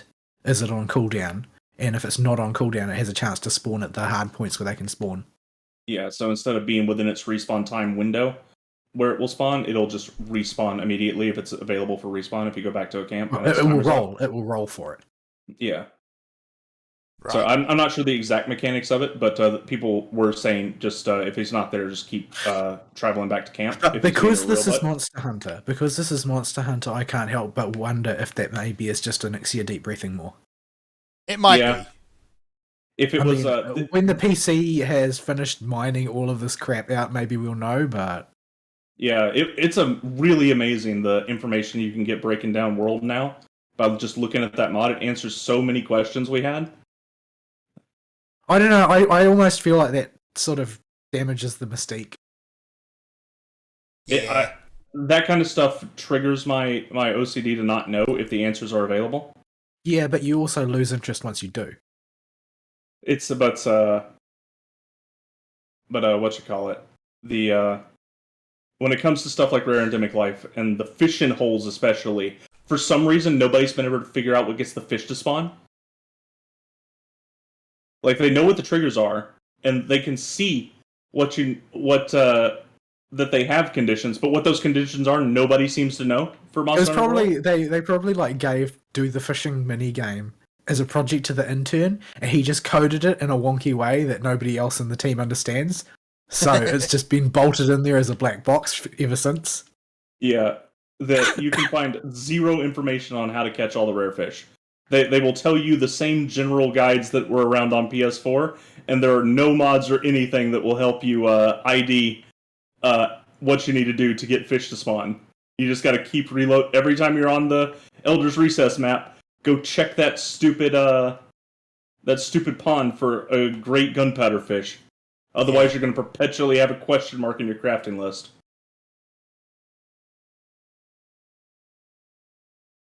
All right. Did you have anything for your week, Ari? Then we'll do Malzeno after the break. What you call it? My week, most of it overlapped with doing Monster Hunter with Vol. There wasn't a whole lot to talk about with like it. virtually every day you would whinge to me about being too busy at work. Yeah, it was. I did about 10 Hunter ranks worth of follow requests for my solo time this week, and other than that, only thing I did in Final Fantasy was Beast Tribes. Most days I didn't do any roulettes at all, and the few days I did, it was just leveling in front lines. I just was too busy this week. I didn't have a lot of time. I would get home and I would die, and I would wake up, and then I would do a few follow requests in Monster Hunter, or play a little bit with Vol, and then go to work, and then do it again. So that was pretty much the whole week. Although I will talk about the longsword and my experimentation with it. So I was using the old moveset when I was experimenting with the longsword last time. And the old moveset was nerfed into Rise from World, and then it was further nerfed again from Rise 1 base game to Sunbreak. So it has been gutted. And Well, you say it's been nerfed, but it's only that moveset has been nerfed. Yeah. It's because they're trying to force people to use the new moveset, I think. And the new moveset, as you saw, is incredibly busted. Like, we're at Monster Hunter Rank 4, and I'm in full Rathalos armor with one Seregios piece. And I'm using the Gormagala sword. And I'm doing 3k damage with a fully charged new version of the Sheath move. So you lose access to the counter, the natural counter, not the stupid Wirebug counter that Longsword has with the Sheath. You lose access to the auto-charge your gauge Sheath double slash that lets your gauge auto-charge for a time. But this replaces your Sheath with a special Sheath that takes longer to sheath. You got about 2.5 seconds where you got to sit there and slowly slide the sword into the sheath. And then you go into the stupid judgment nut pose. And while you're in this pose, your meter is slowly draining and building in your sword. So for every level of gauge you have, you can drain it into the sword for damage. And you just keep the right trigger held down until it's fully drained, and then let it go for 3,000 damage. Right. But you can just technically hold it forever, can't you? Yeah, you saw me do it. Yeah, which is, to my mind, unbelievably unfair. Since the staple of Greatsword has been once you're fully charged, you have to release it or you start losing damage. You can't just hold it forever.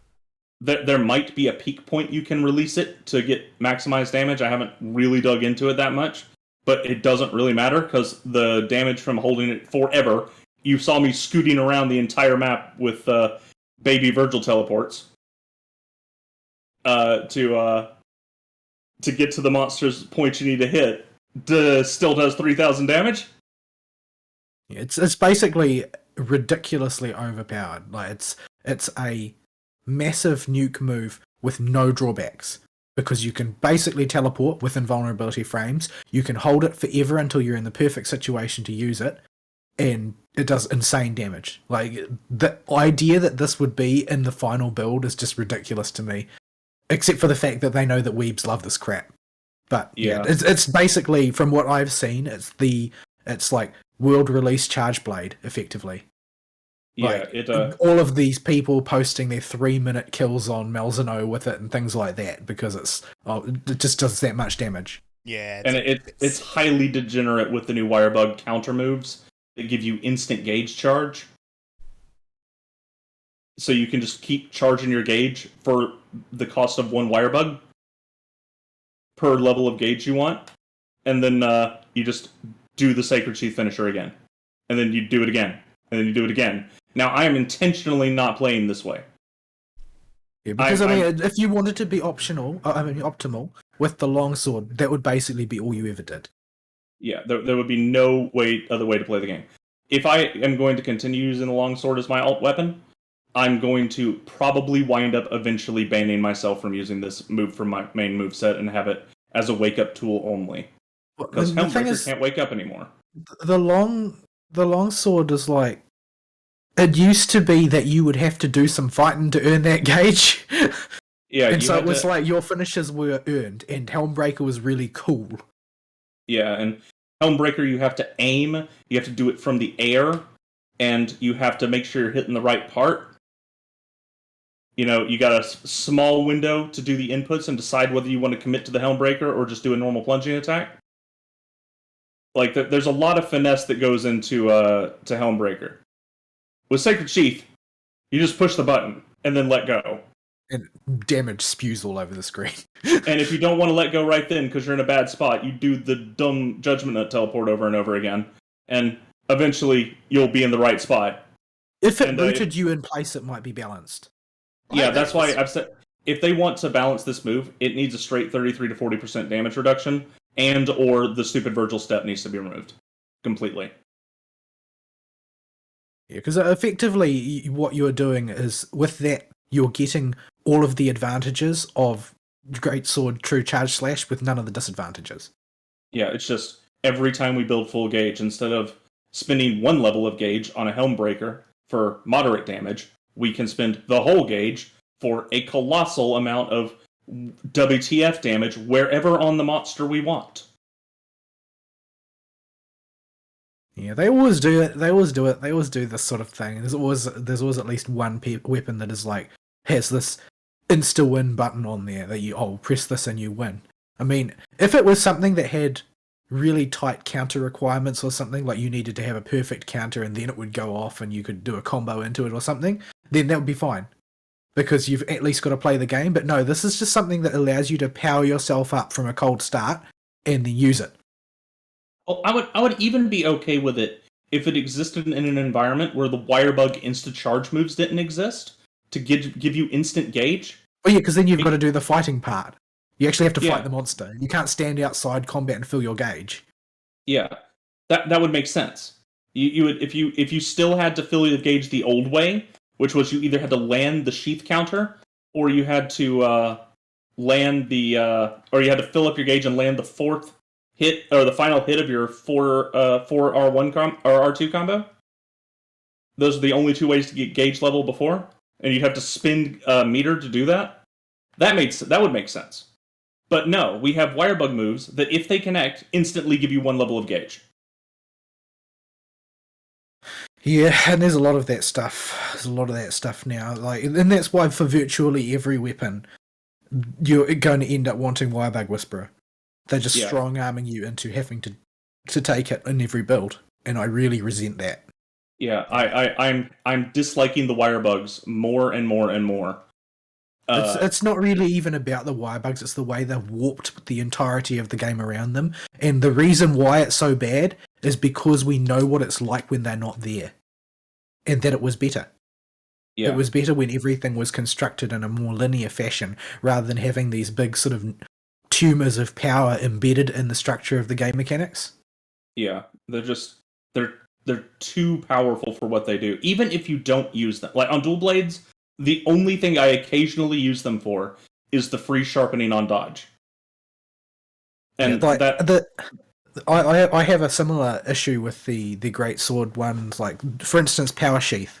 Power Sheath is a move that transforms your Wirebug escape into something that you can use with your weapon drawn, that then instantly sheathes your weapon and just gives you a flat 10% damage boost for, I think it's probably 15 or 30 seconds or something. This is just a straight up move that you can use from a cold start if you want, and go into combat with it if you want, and it will allow you to escape from damage. It has got some invuln frames on it, although not a huge number. And it's just an extraordinarily powerful move that is pretty much just unconnected to the entire rest of the Greatsword playstyle, and something that you're just kind of obliged to use as a stock buff if you want to play optimally. Yeah. And it's just kind of there. And there's another one that we can't use because of the most OP move, which is just, it effectively gives you a engagement move where you just charge in with a huge amount of super armor and then start charging your slash. It's just a Wirebug dash in move that has no drawbacks, because you can charge straight through most things with super armor frames, and I think there is reduced damage on it also. Like Yeah. these moves are just they're optimal to use if you can take them, and oftentimes the only reason not to take them is because they're mutually exclusive with something even more OP. Yeah, and even if you don't use these moves, the Wirebug charges are still free wake ups from a knockdown or wake ups from a big heavy hit that puts you away from the monster and puts your weapon sheath ready to use a potion immediately, which is effectively a get out of jail free card. Yeah, I've pretty much just stopped using them. All right. I just don't really use the wake ups anymore because I found that because I basically I stopped using them and I started really aggressively using the Silkbind moves because I wanted to see how the Silkbind moves worked. But I found that having the escapes handy had made me incredibly lazy with my positioning. Yeah, Mhm. it is. Because I knew I could just instantly fix it if I had to, so I would just go in willy-nilly. Yeah, And 'cause- my play had just gotten incredibly sloppy because in World I was actually good with the Greatsword. In Rise I found that I was actually terrible with the Greatsword because I'd gotten so sloppy with the Wirebugs, allowing me an instant out every time I screwed up. yeah, it's just you don't have to care in Rise if you're not using the Wirebugs, and if you do, your damage is so nuts you barely have to fight the monster. Yeah, I know that there's a lot of people who are saying, "Oh, this is just sour grapes from old school elitists." Well, I don't consider myself an old school elitist. I consider myself a baddie. I consider myself a baddie who just happened to play World. So yeah, I'm a Johnny come lately who hadn't played a Monster Hunter game until Monster Hunter World came out, and I think that this has basically made the game worse. Like the combat, the balance of the combat mechanics is not as good as it was in base World. Mhm. Let Yeah, alone, like, you know, in Iceborne, I think Iceborne was a backward step as well, but it was sort of like a backward half step. Whereas the Wirebug system, I know it's a gimmick, and I know it probably won't reappear, at least not in this form, after the Rise arc is done. But I do think that it has basically caused gameplay to degenerate. Because the amount of power it offers in an attempt to tempt people to use it has made it basically marginalize all the classical playstyles. Mm-hmm. Which is a shame because, like, when I actually spent some time with it, I actually rather ended up liking the Surge Slash combo as an alternate stance for a Greatsword.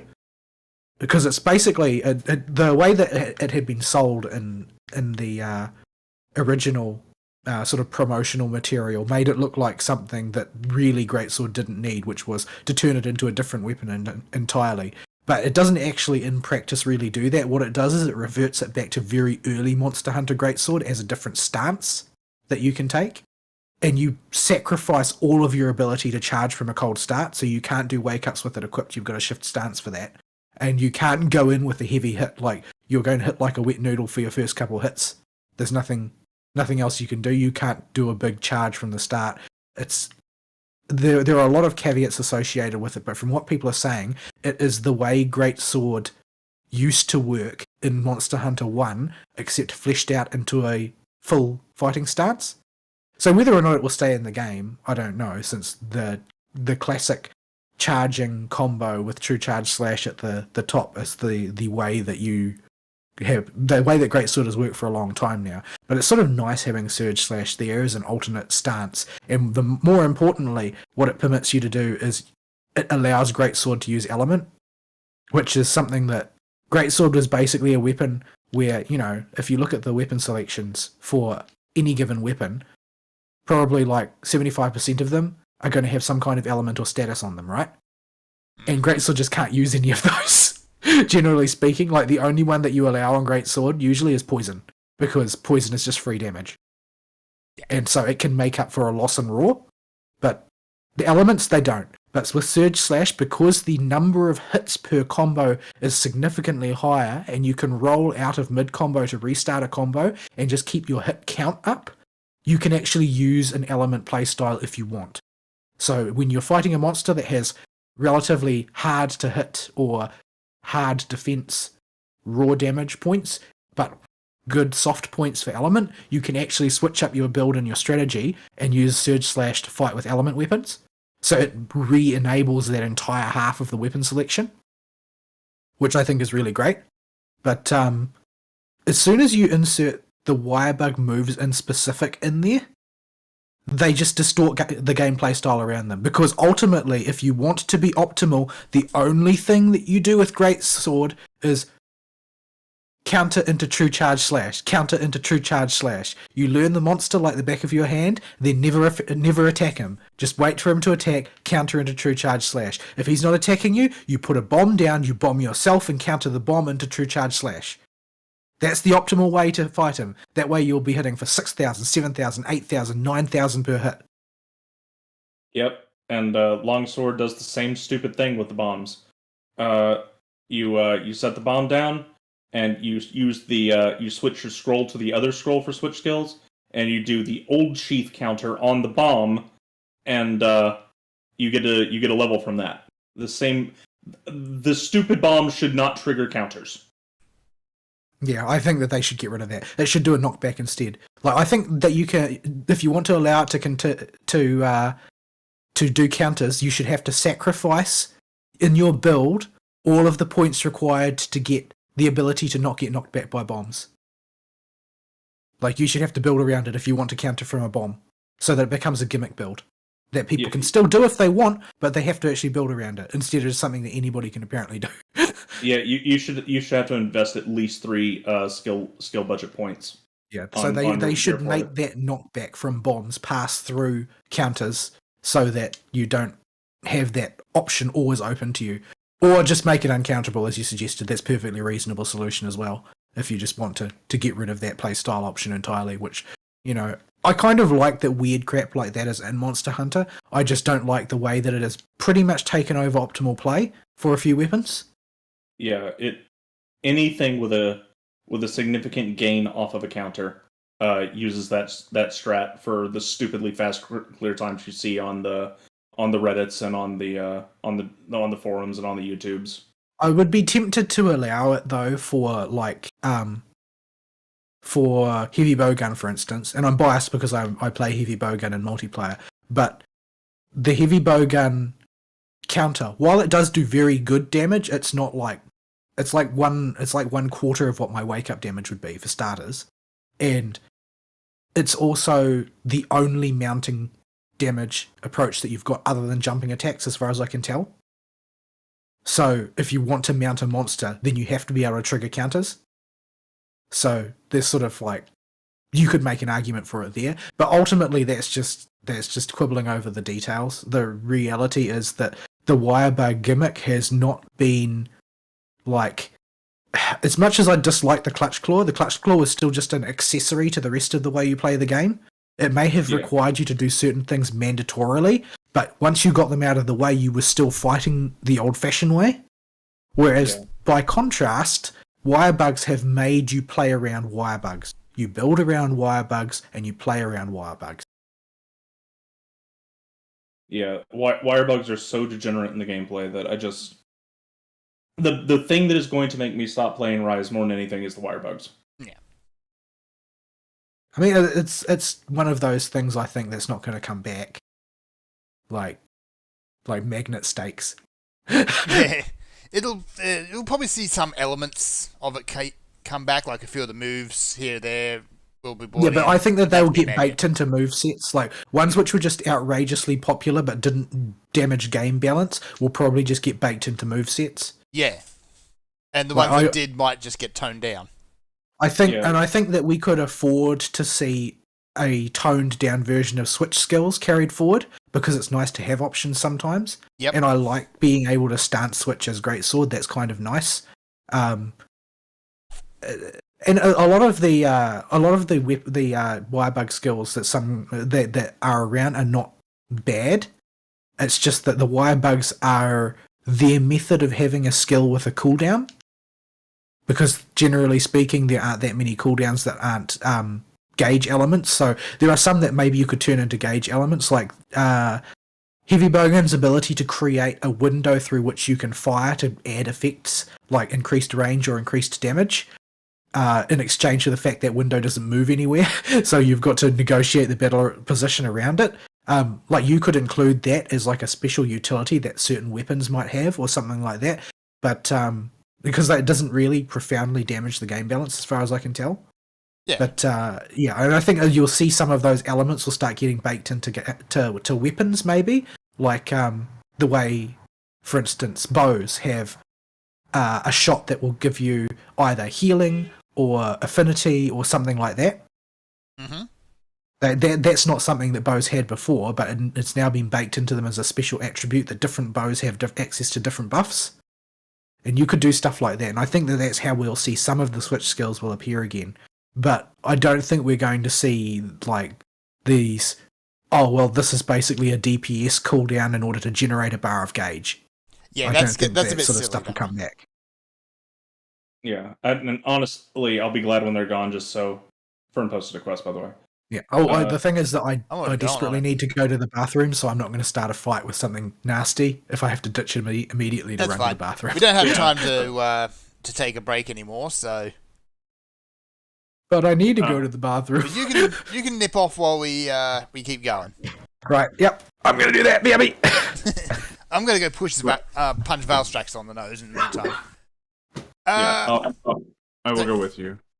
So unfortunately, there's not a whole lot in the way of news, although we do have one which I'm very actually pleased to see, and that's the Blizzard one. We'll get there. Before that, well, because Okay. Paul's gonna want to be here for the Blizzard stuff. But you were saying earlier, asking about the eShops.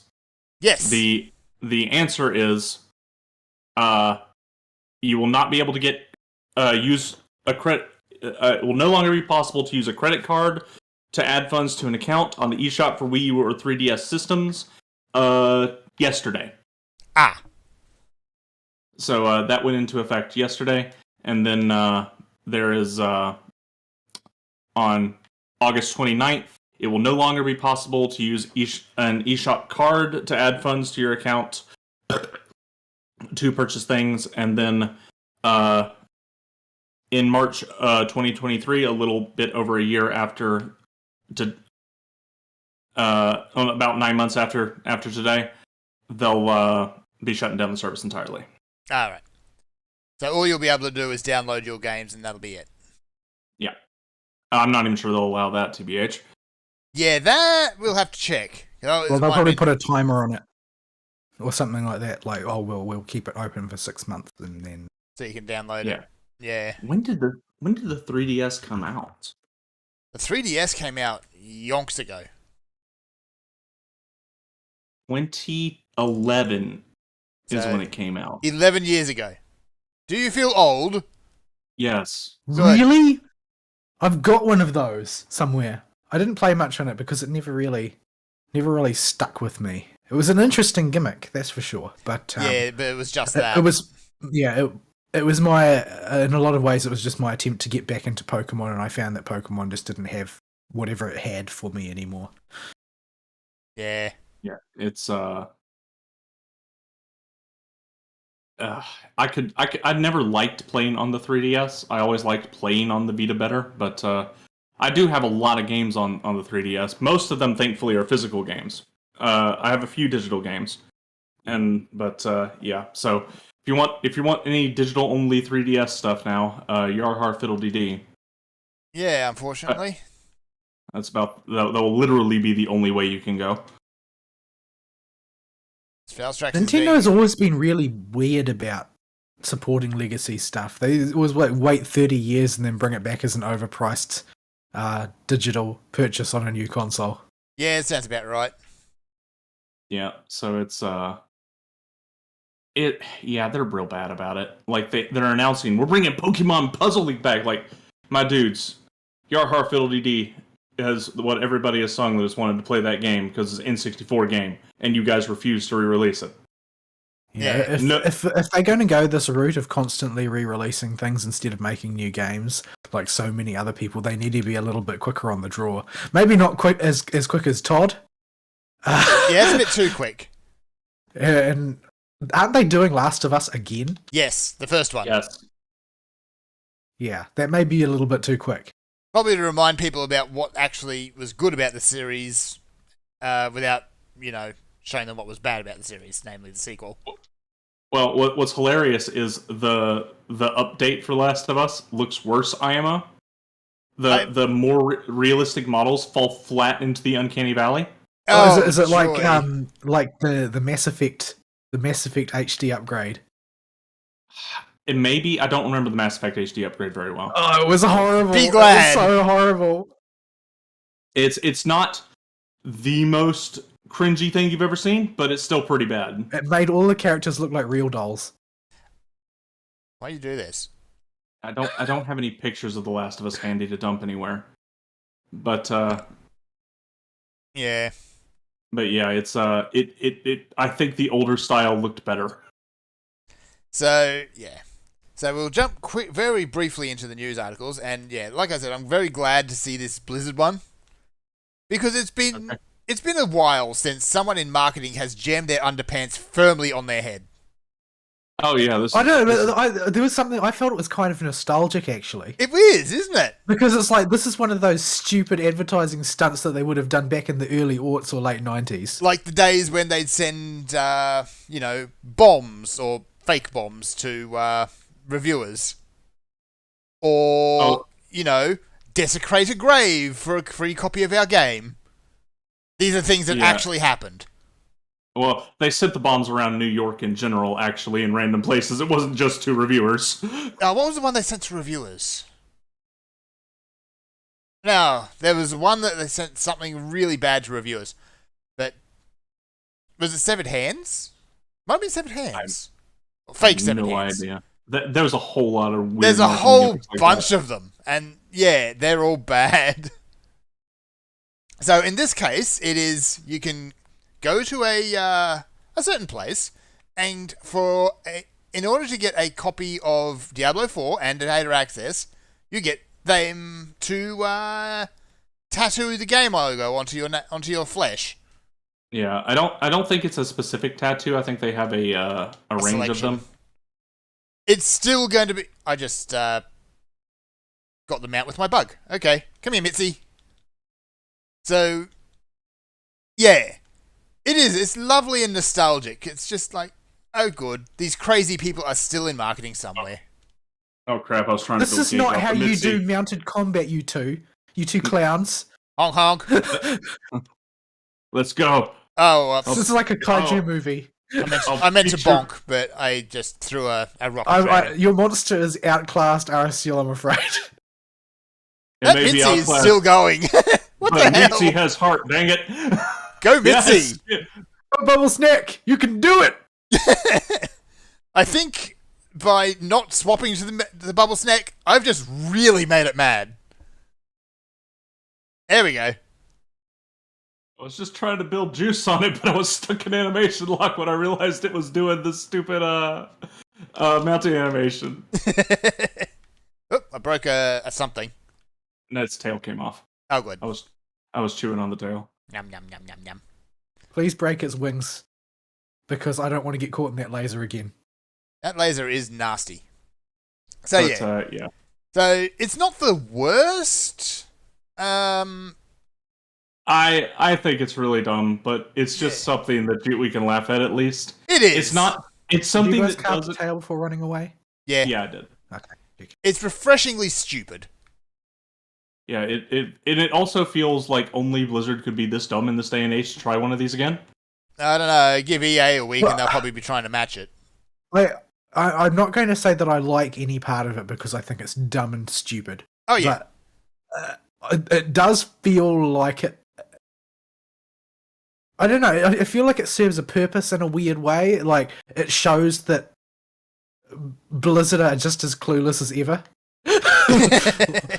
Like, nothing has changed. The world is still turning on its axis. Blizzard is still useless and retarded. Yeah. Yeah. Time is a river. Life is a journey. The door is ajar. Blizzard is retarded. Yeah. There was one really weird advertising campaign, if you recall. I forget which game did it, but it was name your baby after our game. Wow, that's impressively cringe. Oh, unbelievably so. But there was a couple of people who actually did. I have to look it up, but whenever one of these comes out, even if it's not a real story, oh no, I'm spinning. I was already spinning, so it's fine. Yeah, sleep ammo with dual blades and insect glaive is it's a gamble. Yeah. I gotta do what I can, man. Like I already used the stun, so Whee! But yeah, it just it feels somehow right for Blizzard to be the one to do it. Yeah. We needed this. yeah, it's just such a classic gaming marketing faux pas. Yeah. It's just like it's of the generation of things like the Gillette Gamer Razor and things like that. Oh! I remember that. Why? Oh, I had forgotten that existed. Yeah. You can't delete these things from your memory. Well, there were so many of these weird things back when we were younger.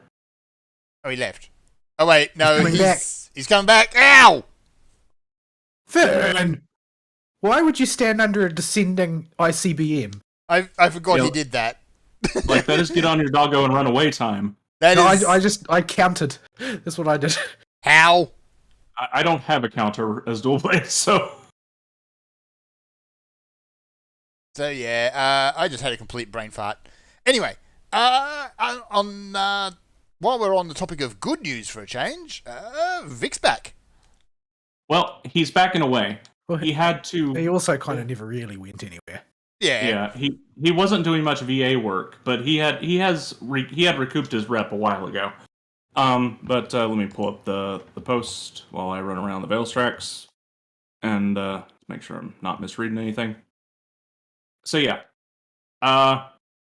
basically, Vic couldn't get work at Funny because Funny's now going under and about to disappear, and they wouldn't hire by him. Crunchyroll already. I'm not sure what that process looks like because it's sort of like also a process of Blizzard asset, not Blizzard, Sony asset consolidation. Yeah, Yeah. it's a mess there. They're either being roped into Crunchyroll or they're being dissolved. Nobody's really sure. They're being very hush hush about it. But probably because it doesn't look good for them. but yeah, so he can't go back to Funny. Most of the Texas-based studios are in trouble. Rooster Teeth's in trouble right now. They're Very going much. under. Yeah, and they were the other place that was hiring out voice actors, and so can't get those. And then what was his other one? The other one. There's another studio this big that I'm brain farting on.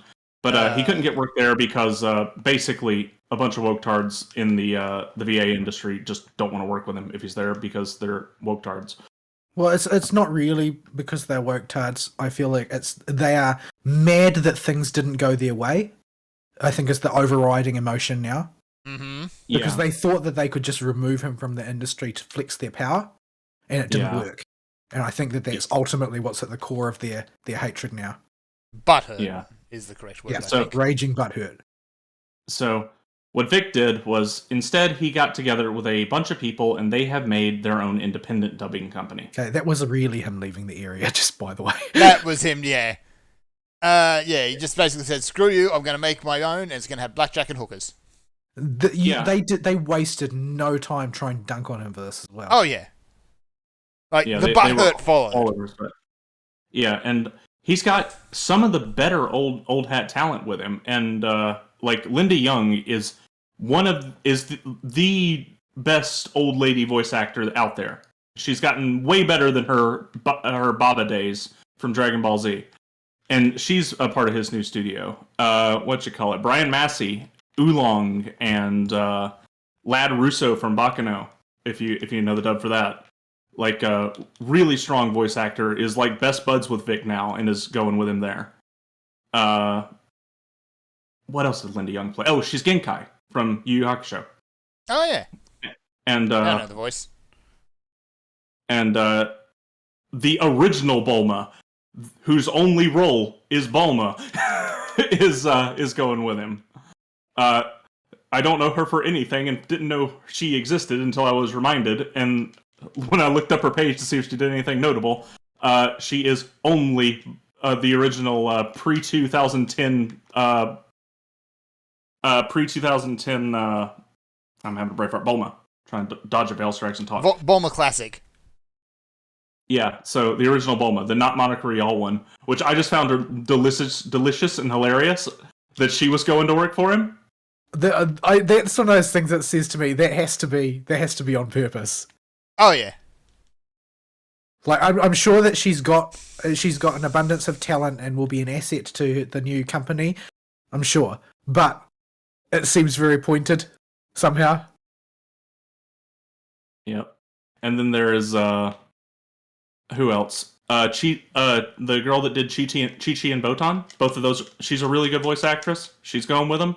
And there are a lot of rumors that they're not on the official list yet, but Chuck Huber, Hiei from Yu Yu Hakusho, is his most notable role, and Justin Cook, probably the best ADR director ever that Funny's had, is working with Vic. What did he direct? Yu Yu Hakusho and a bunch of others. Are you just saying Yu Yu Hakusho for everything? Well, like, if because it has these Yu are Yu all Hakusho It's 'cause it involvement, then it fits. was definitely good. Because The Yu Yu Hakusho, I'm here to tell you, you view a lot of things about that series through rose-tinted spectacles. Well, here's the thing. It's an old show, and a bunch of these people going with Vic are older people. Is the big takeaway here. So they did like DBZ and Yu Yu Hakusho as the most notable roles because they're old. Yeah, but you seem to think that those were good. They weren't. Well, no, they've gotten. That's why I specifically said Baba Yaga's voice actress is Yeah, much better now. I'm saying that you should suggest some more relevant content that reflects their current abilities rather than their worst performances that they did in their career. A bunch of them have notable roles, but it's like in Attack on Titan. Oh no, it's like in anime that I didn't watch the dub of or don't remember the dub of. So it's like Attack on Titan or some SAO character or a My Hero Aka character, of which there are 800 bajillion. SAO is also not selling it. Yeah. Yeah, so they have roles all over the place for a bunch of the people coming to work for Vic, but I just don't know those voices, so I can't comment on whether I thought the role was good or not. But I can tell you, like, Linda Young's Genkai was actually a good role, and I've rewatched that show many times. And part of the reason I do reference Yu Yu Hakusho is because I have rewatched the dub so many times, so I know what the voices sound like. Yeah. And these are people who really haven't been around a whole lot either. Not really. Yeah, well, that's the thing. They've gone into pseudo-retirement, and that they just didn't want to work with the current VA industry. A bunch of them. Blame them. Like Linda Young is still the fallback for any old lady, because she is an old lady, despite her name. And that's easy. And yeah, there's a whole mess of other people on the list that have roles. He's got a bunch of new talent too that has either just a couple Western credits or some theater or nothing, and are just fresh out of acting school. Yeah, good. So it's a good setup for Vic. I really do hope the Justin Cook rumor is right, and Vic is doing ADR as well. So he did assistant ADR on Full Metal Alchemist. So, and that dub is generally held to be pretty good. It's not my favorite dub in the world. Which one? Which Full Metal Alchemist? I forget which one he was assistant. The good one, because it does matter. I think it was Brotherhood, but I'm not 100% on that. Don't take that as gospel. You might have to go look that one up. And it's not for every. It was only for a few episodes. There we go. That's a Valstrax down. We kind of overpowered him, though. We kind of did. He had it coming. Except for the part where Fern got brain farted. B-52'd on. Yeah. All right. But yeah, I'm excited for Vic and hopeful he does well with this new company. Any idea what new projects are on the cards yet? They did, but I forgot to write it down. Fair enough. They have 2 projects they've got the license for, and I was busy reading the dang Vic thing, so I'm just now getting to the Velstrax nest. Twitter was insufferable about it, though. But Twitter's insufferable at the best of times. Yeah, they were saying, oh, his premises is in a strip mall. That means his new business is going to be a joke. No, so, lots of people set up in strip malls. It's a step up from starting in your garage. Okay. Yeah, especially in today's real estate market, you take what you can get. Exactly. Yeah. Like, there's nowhere that the lease is cheap. Nowhere. It don't exist. Yep. And yeah, it's a lot of hope for Vic there. Yeah. Ooh, did you have another little article to tack on to the end of that? Because we're running out of time. Yeah, I can tack it on just so I can cry. Speaking of Yu Yu Hakusho, Netflix is doing a live adaptation of it. Yeah, which Why? carries all the implications that Netflix adaptation does. Netflix has.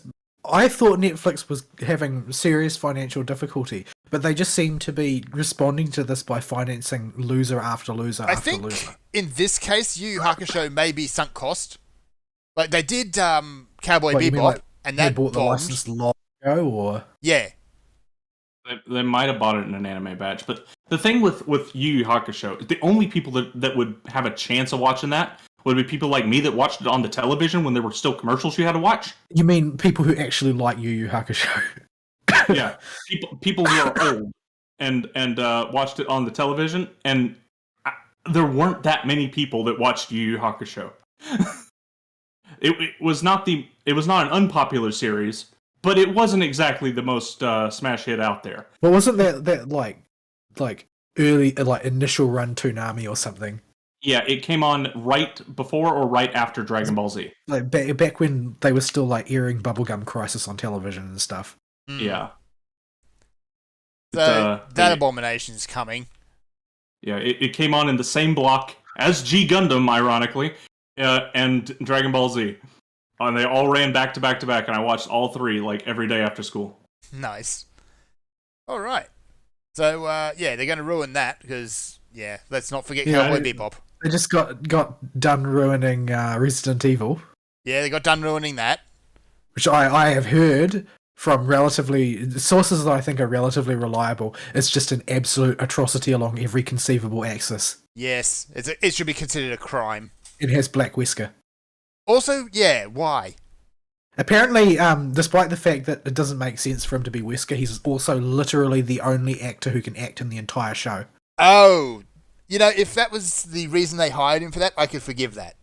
Unfortunately, instead of hiring him for his talent, I know that there's certainly another attribute they hired him for. Yeah. Anywho, we're out of time, so we need to wrap up. Oh, yeah, I was going to run away and do work again. Uh-huh. I will probably keep you guys appraised on how terrible the Yu Yu Hakusho reboot is, because I am a big fan of that show. What we should probably do is just have an evening where we sit down and just watch it together and throw popcorn at our computer screens. I don't know if I can handle that. That's I why don't have a Netflix subscription pain and I shared is never get pain one. bared. I know we can just... It won't hurt me in the heart the way that it hurts Aristil, but it will hurt me in the brain. It will definitely hurt you in the brain. Yeah, You will be I dumber after watching it.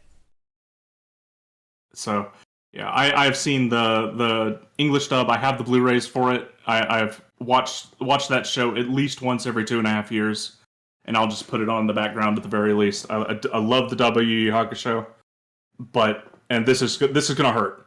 Yeah. Yeah. I don't Anyway. understand why it is. Oh, yeah, I can't. I would like to go on another tangent, but we don't have No the more time. tangents. We don't have time. Yep.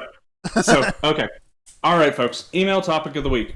What's Netflix going to ruin next? What And has how bad are we Netflix at Monster ruined? Hunter?